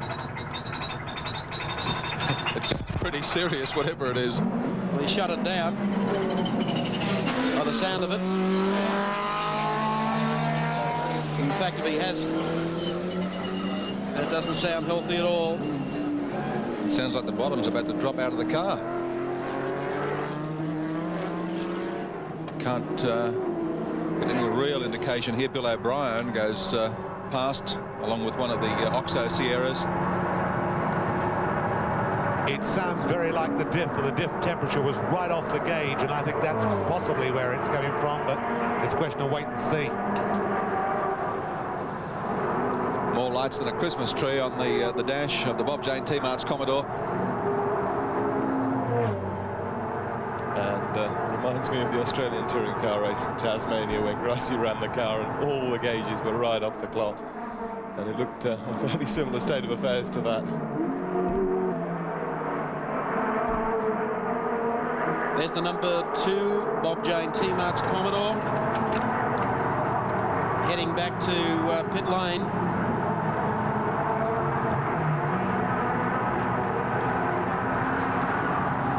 Whether or not Winkin just coasted down through the Caltex chase.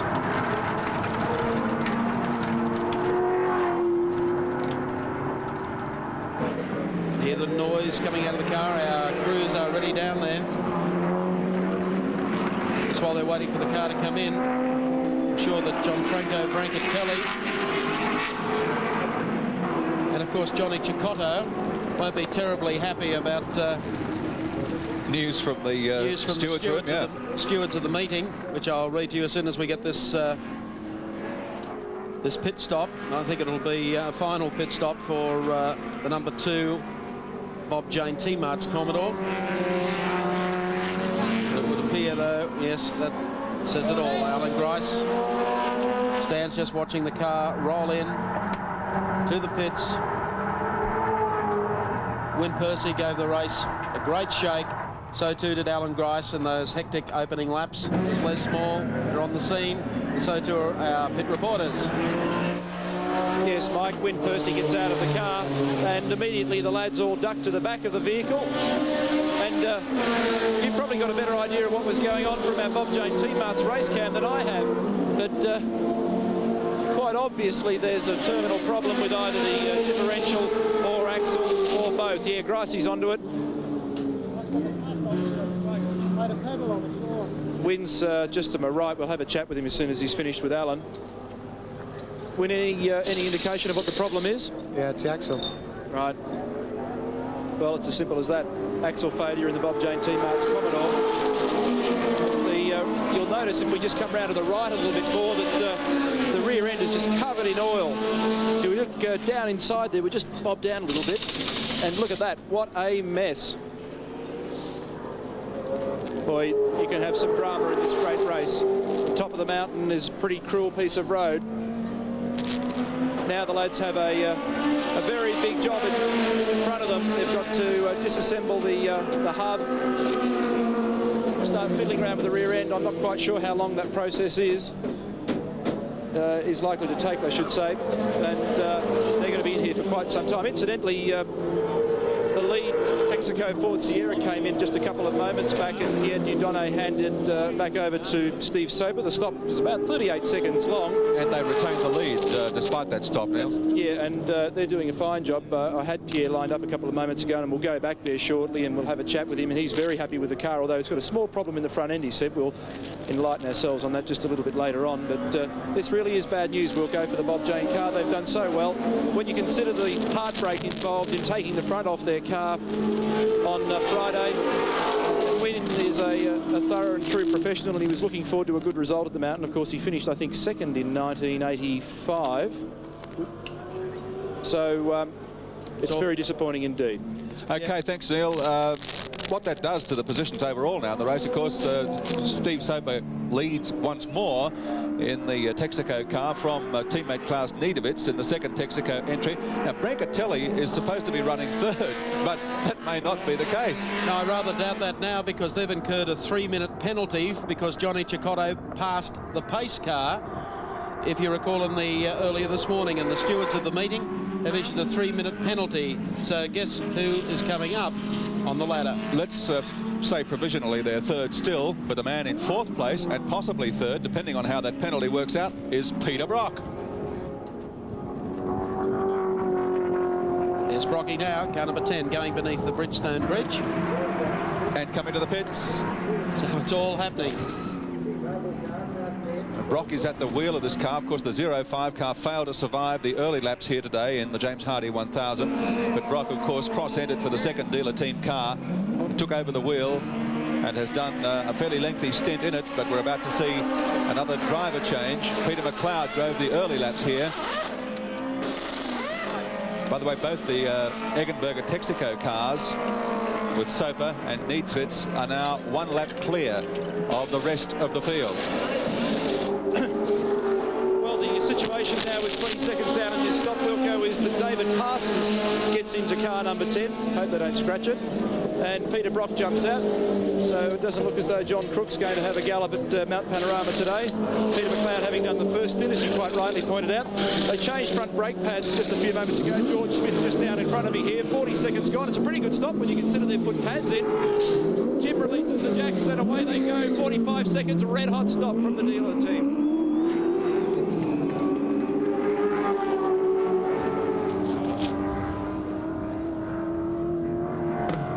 They're going back out of the racetrack. Meantime, on the Castrol scoreboard, lap number 98. Soper Giudoni car continues to lead Ludwig and Niedzwitz. Giacotto and Brancatelli with a question mark over that. Percy and Grice have just bitten the dust. That brings Brock, Crook and Peter McLeod up a couple of spots. They're just ahead of Glenn Seaton and John Bowe. Right behind them, George Fury and Terry Shield. Then comes Jimmy Richards and Tony Longhurst down 2 laps. Accompanied with Bradman and Manuel Fangio. Then, of course, Giddings and Stewart rounding out the top 10. The magic 100. 100 laps down out of 161 in the James Hardy 1000. And whilst the Eggenberger Sierras continue to lead the race, Soper and Niedzwitz up front, Peter Brock, well, Peter Brock's car running strongly. Of course, the 05 car is out. The number 10 car is running. David Parsons is at the wheel, but there is no doubt the man that masterminds the mobile dealer team effort is Peter Brock, the winningest man at Mount Panorama, the top name in touring car racing.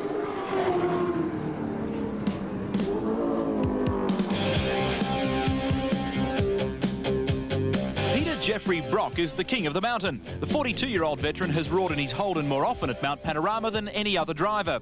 With 8 Hardy wins, 3 touring car titles and 9 Sandown victories, Brock has been on centre stage for 15 years. Brocky kicked his first goal at Bathurst way back in 1972, driving Harry Firth's Holden dealer team XU1 Tirana. That opened the door on a brilliant career for the then 27-year-old. Through the evolution of racing, Holden shone the kid from Hurstbridge. The floodgates opened in 1978 on board the V8 A9X Tirana, and along with co-driver Jim Richards, the pair combined to achieve a hat-trick. In 1980, the Commodore arrived on the scene. Over the next 5 years, Brock and his partners John Harvey and Larry Perkins won 4 of the races. Since the introduction of Group A, Brock hasn't claimed a victory. However, recent performances in the mobile Commodore show that it may not be far away. From the Toyota Gallery of Champions, Peter Brock. And Peter Brock is certainly the man to watch. They are presently position number 6 in the great race. And don't discount Peter Brock coming good a little later this afternoon. The car is still running strongly. Brock has handed over, of course, to co-drivers for the next hour and a half of the race, and we expect to see him back in. Maybe it's time now for our next hour of Peter Jansen, car number 3, Petrotech Commodore, that was originally entered by our Wollongong favourite Peter McLeod, Shell Harbour, I should say. He picked up the drive with the mobile team, and then, of course, when the Alpha team didn't arrive from Italy, the organisers accepted a number of the reserve cars into the field. This was one of them. Peter Fitzgerald sharing with the captain, Peter Jansen, here today. I tell you, it's been a while since the captain put the helmet on. Yes, he hasn't been to Mount Panorama for a while. Always colourful, always likely to come up with the unexpected.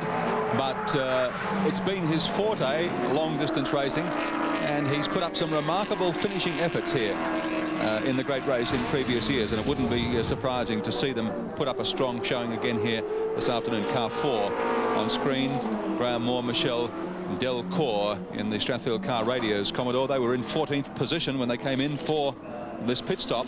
Michelle Delcourt, a former Rookie of the Year, believe it or not, here at Mount Panorama, getting out of the car. Graham Moore taking over, also a veteran of racing here, former class winner at Mount Panorama. Drove in Europe this year with Michelle Delcourt. They drove a Commodore owned in Belgium, prepared in France, built in Australia. They have a little difficulty with the seating in the car because Michel is a big bloke. He's a proper sized bloke. And not that Graham's any midget, but Michel is a big fella, and they had a fair bit of trouble getting the seating set up just right so that it could alternately accommodate them without too much rearrangement. Men under the car there working, so obviously it's a little more than a routine pit stop. They've been running as high as 14th. Motto of the team, of course, is drive in and jive away. Not too much jiving at the moment. The Strathfield Car Radio's Commodore. They've done it on a very limited budget, Bathurst 87. Car built by Bob Stevens. The engine, of course, the car prepared by Bob Stevens, who knows how to build strong cars. I think they'll see it out, but whatever the problem is now is costing them precious moments in the pits. Neil Crompton is in the pits. Yeah, Maury's in the car at the moment, and we might just have a quick yard with him if we can. Graham, this is a slow stop. What's going on? We've got a slight vibration. The CV joint is pumping a little bit of oil and grease out, so as a precautionary measure, we're putting some oil into the CV joints. You happy with the way things are going other than that? Yeah, we're just running a slow race, and we just plan to finish in the top 10. That's our go. You've done a magnificent job of presenting the car this weekend. Thanks, Neil. We try to do our best for our sponsors. That's what it's all about, and we just got to get in here and do our best. Okay, we'll let you get back to work. Thanks, Graham. So Graham Moore, a slow stop. They've got a problem with the CV joint. They're working on it at the moment. There's Captain Peter Jansen in the Petrotech Commodore V8. Of course, the Commodore's feeling the pinch just a little against the Sierras today, but they're still a very competitive car, as any Australian racing fan would tell you.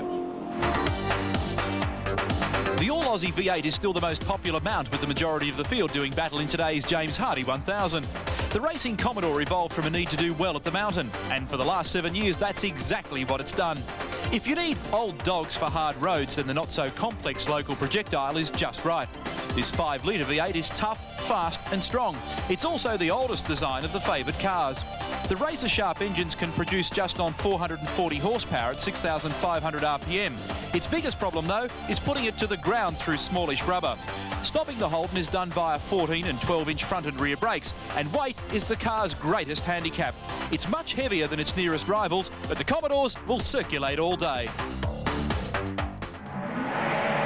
And wait for a while, Graham Moore had to, but he's back out and circulating again in the Strathfield Car Radio's Commodore V8, heading up Motorcraft Hill towards BP Cutting again. And they have an uncanny record of consistency here at Mount Panorama. Expect to see them, providing they don't have problems, in the top 10 a little later this afternoon. Well, they had a 7th place finish last year with basically the same crew they've got this year, and I guess an even smaller budget, but they're doing well, and so is Steve Soper, who leads the field for Eggenberger Texaco, and teammate Klaus Ludwig, or Klaus Niedwitz, at the wheel in 2nd place. Brancatelli at the car of the 42 BMW is in 3rd spot, but remember, they've got a 3-minute penalty. Then comes Glenn Seaton in the number 15 Nissan, holding down 4th, and teammate George Fury in 5th place. 6th spot, there's the Brockbrook McLeod Commodore. 7th, Jim Richards and Tony Longhurst. 8th, 41, Brabham and Fangio, 2 laps down. 9th, 34, Giddings and Stewart in the 2nd Ford Sierra. 10th spot, 45, Robbie Francevic and Ludwig Finau. 11th spot, Gary Scott and Akihiko Nakaya. 12th is veteran Murray Carter and Steve Masterton. They're 4 laps down, as you can see. 13th, Andrew Medecky and Don Smith. They're 5 laps down, in company with Graham Moore and Michelle Delcourt. 15th spot, 26, Speedway's Tony Noski and Gary Rush. Position number 16 on the track, Trevor Crowe, Ian Tulloch from New Zealand in the BMW. Position 17, Steve Reed, Trevor Ashby in the Commodore, 5 laps down. Position 18, Tony Cabbage, Kerry Bailey, also in a Commodore, 5 laps down. The same goes for Peter Jansen and Peter Fitzgerald in spot 19. Position 20, Alan Grice and Wynne Percy. Well, that's terminal. They're still in the pits. 21, Tony Mulvihill and Ken Matthews. They're 6 laps down. Then look, 22, car number 40, Osterreich and Ratzenberger. They're 8 down. So too Golson and Golson, father and son. Then 9 spots down, Winnie Vaught and Gruyard. Then follows Bill O'Brien and the Everlast Commodore and Brian Sampson, 9 apiece. Faulkner and Price in car number 90 in 26th spot. Then John Smith in car number 91, holding down 27th, 10 laps down, reminding you. 13 laps down, Ratcliffe and Gibbs, also in a Toyota. Then the Nissan car 60, the Gazelle of Mark Scaife and Grant Jarrett in position 29. And car 30, 17 laps down, Brian Callahan and Barry Graham. Rounding off 31, Bajan and Bowkett in the Nissan privately added from New Zealand. 32nd spot, veteran Bob Holden, Gary Wilmington, they're 21 laps down. Then Bagnall and Jennings in the Toyota, Cameron and Wilkinson, and then 32 laps down, car 35. Phil Ward and Lyndon Riefmuller, they're the positions. Now Castrol scoreboard. Most of the code. Between Gianfranco Brancatelli and Glenn Seaton. If you recall, we told you earlier the stewards had indicated they were going to penalise Johnny Cecotto for passing the pace car earlier today. Cecotto's now back in the car. Brancatelli handing over to him just a little earlier. Now, even without that 3-minute penalty, Seaton is gaining all the time on Cecotto as they head up Mountain Straight. So he could well have the pass here for third. Just looking down through our race score system. And I must compliment our 7 engineers who have done a superb job here today. Company with Nigel Greenway of keeping your humble commentators informed with positions right through the pack. And here it is, the runner-up in the Australian Touring Car Championship for 1987, Glenn Seaton. Both these cars 2 laps down on the 2 Texaco Sierras. Cecotto through West End Bend, and here is Gun-Ho Glenn going after him. As you can see, the Nissan Skyline is somewhat of a handful over this part of the racetrack. We'll follow this scrap. Alan Grice, meanwhile, getting ready to get back into his car. No, they've aborted that. Let's stay with this. The little Bimmer with Cecotto at the wheel really makes life very difficult here for Glenn Seaton. Oh, locks the brake up. Yeah, that was a rear brake locking up on the BMW there. And I guess I don't know that the distance big problem could be its gearbox. He certainly doesn't seem to have very much left when he wants to change down. It's crunch, crunch every time. And I seem to remember they had some problems with that before, so he's going to have to take it a bit careful. Here's the scrap coming for second spot as Glenn Seaton moves to the inside, and he's getting a bit of a working over from Johnny Cecotto. Cecotto moves to the outside to get the line for the turn. Seaton dials in right behind him. Over the curve coming out of there. Bridgestone Bridge is coming up. You mentioned the Grice car a moment ago, Mike. It's just been pushed away, so the race has been run for Alan Grice and Look at this. Johnny Cecotto. This is heady stuff. The little Bimmer trying to hold out the Peter Jackson Nissan Skyline. Glenn, fairly cool, just acknowledges to Freddie Gibson, team manager, goes past, dives down here on the inside and says, make your arrangements, John. See ya. And uses the ripple strip as well. Now Cecotto will try and catch him heading up the hill. The Nissan will be very quick to Bridgestone Corner, or maybe even to the top of West End. But after that, the mirrors of the number 15 Nissan will be as full to the front of Johnny Cecotto. The number 15 Nissan Skyline now in a clear third place on the racetrack, behind the 2 Eggenberger Texaco cars of Steve Soper and Klaus Niedwitz.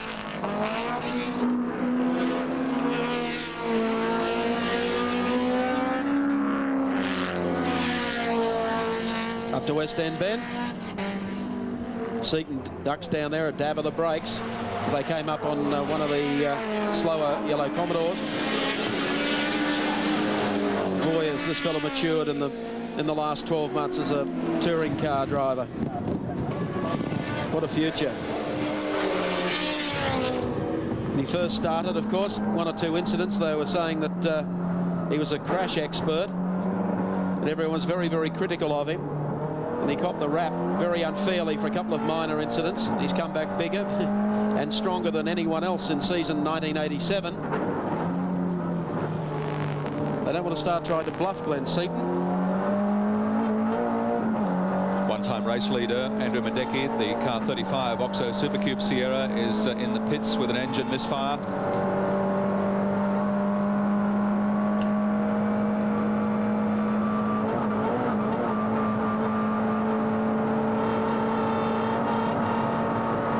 A little vibration there as he heads down to the right-hand kink at Caltex Chase.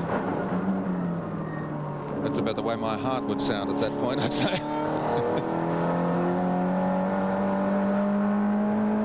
Doing a superb job, as Mike Raymond said, and he really does know how to put this car around the circuit neatly, cleanly. And there's trouble for the Oxo Supercube car. Peter McKay is on the spot. Tell us what's happening, Pete.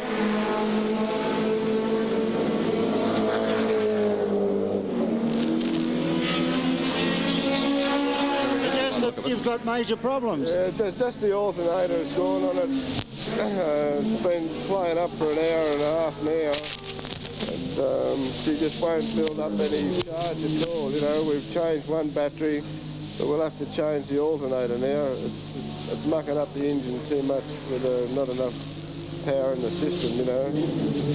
So we'll have to change the alternator, put another battery in it, and hopefully we'll get going again. So we'll do some more test miles. Okay, this is the car that led the race, and there was some suggestions that they'd had transmission problems. No problems in that area? Brakes, the transmission, differential, everything's working beautiful. It's just the alternator's played up. We've had a little bit of trouble with him early in the year, and I think it's just these new Evolution engines. We're running 1,000 revs higher than what we normally run, and we compensate with a different pulley, you know. But the alternator's not up to the job. Okay, thank you. Thank you, Donnie. Thanks, Pete. Don, having a bit of a chat there. He's the man who actually got the Oxo Supercube team together. And as we've mentioned before, about 8.6 seconds the difference between our two Texaco cars, and they hold a one-lap advantage now over Glenn Seaton in the Peter Jackson Nissan Skyline. Steve Soper, of course, driving the lead car, number 6 at the moment. His co-driver today, Pierre Dieudonné, is in the pit area with Neil Crompton.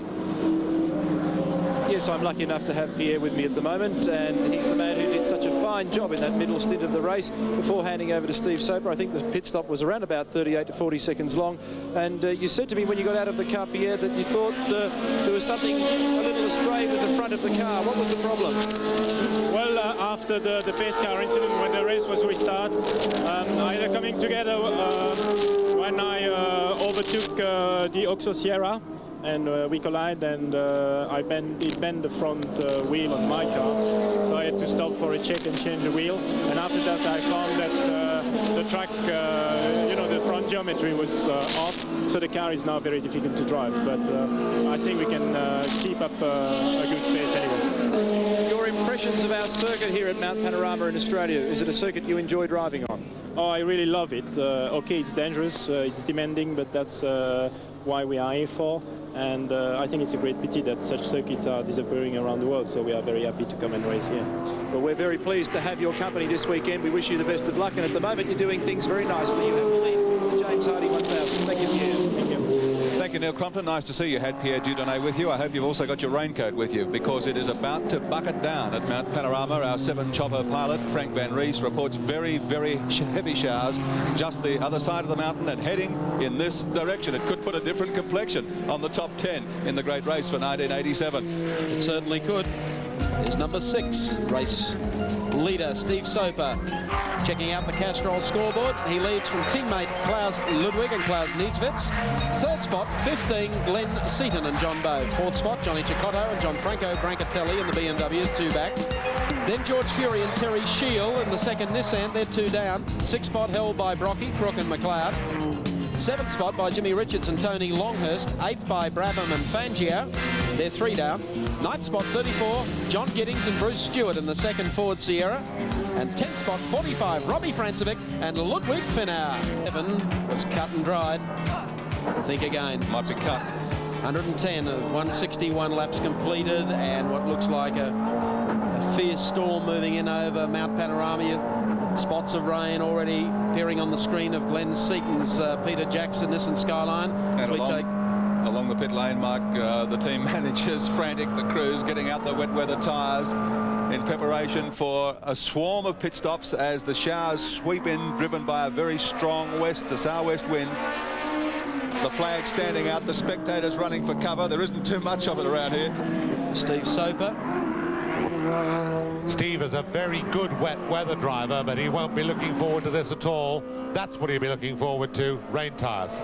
BMW wet weather tyres already out, and his co-drivers, of course, the Eggenberger team. Just a section of the huge crowd here on the mountain today. So for some of the Texaco Sierra drivers, or two in particular, they could have a very wet class.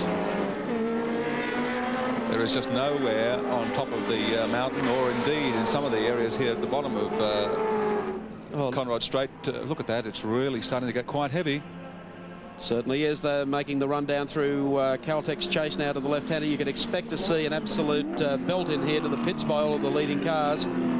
There's not too many of them will want to stay out on this circuit. Maybe on some of the more forgiving racetracks you would stay out on dry rubber, on slicks. But our race leader Soper's going to go again. So indeed is the Peter Brock car with David Parsons at the wheel. And look, this is the race cam, and that car starting to slip slide very badly. It's sideways coming out of there, almost got the tail on the wall. I bet she doesn't go another lap. No, if it looks simple at home, when we take outside shots of the cars, it really gives you a whole new dimension when we take the race cam to show you how hard the driver is working behind the wheel just to try and keep that car straight. Just look at the way this is wobbling around, coming up on the BMW M3. Absolutely no heroics over this part of the racetrack. Seaton's game, isn't he? Well, I hope he doesn't overdo it. That was the 41 car with Juan Manuel Fangio behind the wheel, and Seaton now coming up on the Nissan Gazelle, giving it to go by very short order. This is the worry, this corner here, because you've got to really get in tight. Now coming out, there's not much room. You don't want to get the tail out there. Out of Toledo turn. The number 15, Peter Jackson Nissan, BP race cam, that's the shot. Very murky. Persistent rain, although that one big... Oh, he's got it sideways. Had to fight for that to get it back on the road.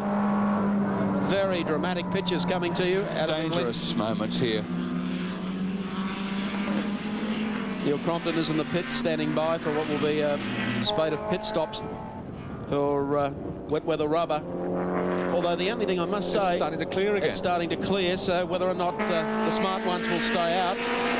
Not only that, it's different on two parts of the circuit. Over the top of the mountain, it's wet.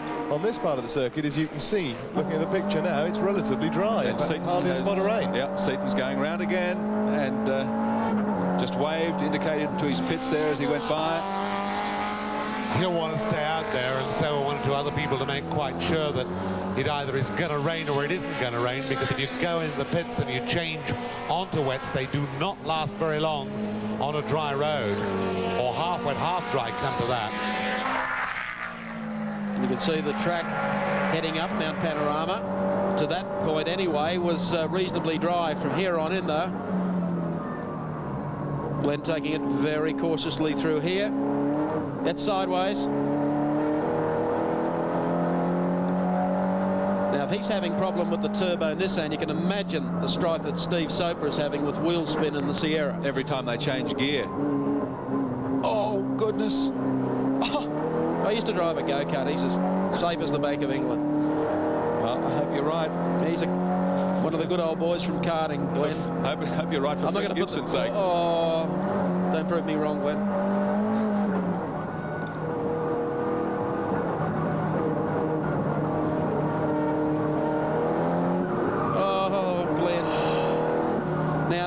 You can see the dilemma. Does he go into the pits and he'll have to put wet's on, he's going to wind up with a bigger problem. He's going to be out of tyres, then given another 10 laps because the track will be dry. Well, if you look at the screen, the rain has stopped now. He switched the wiper off, so obviously there's not so much rain on the top of the mountain, so I would say that they'll all stay on dry tyres. Probably.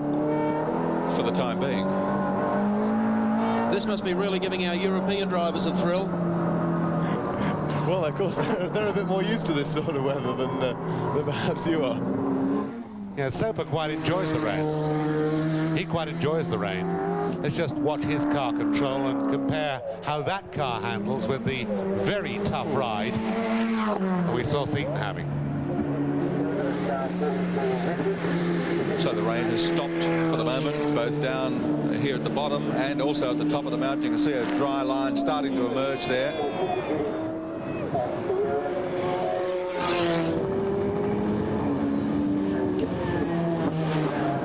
But I don't think that's the last shower that we're going to see here at Mount Panorama this afternoon. And of course that means that they're going to have to stay on standby in case it comes down any heavier, and they do have to change tyres. And now Crompton, what about tyres? I mean, they've got so many of them down there, you couldn't jump over them. It's like tossing a coin, Wilco. Would you like to be Fred Gibson at the moment? He's got a couple of cars out there. Whether that we don't know, what's going to happen. I'll show you some of the combinations. That's your conventional racing slick tyre, but remember that that's available in probably 3 or 4 different race compounds.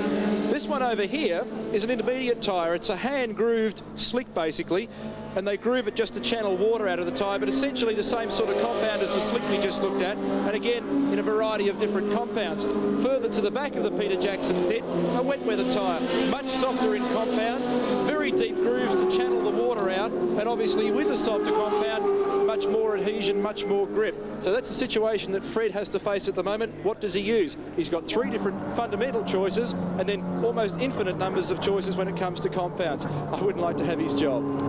I wouldn't like to have Glenn Seaton's job at the moment because it is still a little hairy up the top there. No rain falling at the moment. Track is starting to dry out, but it's still wet enough to make it a little hair-raising. Depends how much you want your hair to raise, Wilco. Or how much hair you've got to raise. That's right. Well, he's quicker through here than he was the last couple of laps as the track dries, obviously. Little dry line there appearing. Still a handful.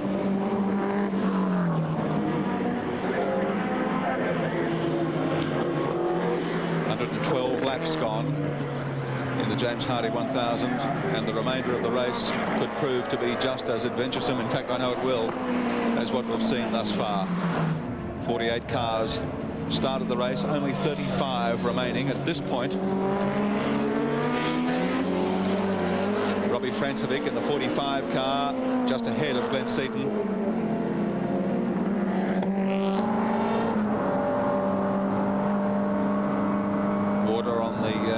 Verge of the track there, being sprayed up by the rear wheels. Driver change coming up there too for Nissan. Coming up here on the inside of Francevic. And takes him too. So Seaton comes through Caltech's chase. Glenn Seaton continues in 3rd place in the great race. Still Steve Soper out in front, leading from Klaus Niedzwitz. Glenn Seaton is 3rd in the Peter Jackson Nissan Skyline, only 1 lap down. Behind him, but on the same lap, Johnny Cicotto and Brancatelli, and George Fury and Terry Shield. 6th spot held by Brock Crook and McLeod, 2 laps down. In company with Jimmy Richards and Tony Longhurst in the 2nd JPS BMW. Then Gary Brabham and Juan Manuel Fangio, they're down 3. Giddings and Stewart in the 2nd Oxo Ford, car number 34. 10th spot, 45, Robbie Francevic and Ludwig Finau. Spot 11 on the great race, the James Hardy 1000 World Touring Car Round from Mount Panorama at Bathurst. We're following car number 42, the controversial M3 that incurred the 3-minute time penalty for passing the pace car earlier today. It's been waging quite a battle with Georgie Fury in car number 30. At the wheel of the car at the moment is Venezuela's finest, former motorcycle king, the guy who they refer to on the hill at Bathurst as Johnny Cicotto. Johnny Cicotto. There's George Fury just ahead of him. So Fury, in the last 5 laps, has been able to advance up to 4th. Order is still the same. Soper leading from the 2nd, Texaco Sierra. Glenn Seaton is 3rd. George Fury is 4th. Chicotto is 5th. Brock is 6th. Then Jimmy Richards in 7th spot. And still a long way to go. George Fury, car number 30, man who almost took Australian Touring Car Championship last year, helped considerably Glenn Seaton stamp his mark on this year, and he is a farmer with a colourful history. Checking the Toyota gallery of champions in the sheer driving brilliance of 42-year-old George Fury first came to our notice in Australia's forests. With 2 national rally titles and Southern Cross rally wins, Fury established himself as a world-class rally driver before becoming a tar baby. Loyal to the Nissan Motor Company throughout his career, George did some brilliant things on the dirt, including picking up a 4th place in the New Zealand round of the 1980 World Rally Championship. The following year, he and Nissan made a lunge into circuit racing. Nobody took them seriously, but the likeable farmer soon changed that. In the fiery little Nissan Bluebird Turbo, Fury demonstrated his remarkable talent. The car earned him a runners-up place in the Australian Touring Car Championship, and although showing unreliability at times, did launch Fury around the mountain in 1984 during Hardy's Heroes in a record-breaking time that still stands today. More recently, in the Skyline, George has twice won the Castrol 500 and taken a 2nd and a 3rd in the Australian Touring Car Championship. The team admits the car is now outdated, but that doesn't indicate this powerful combination should ever be discounted.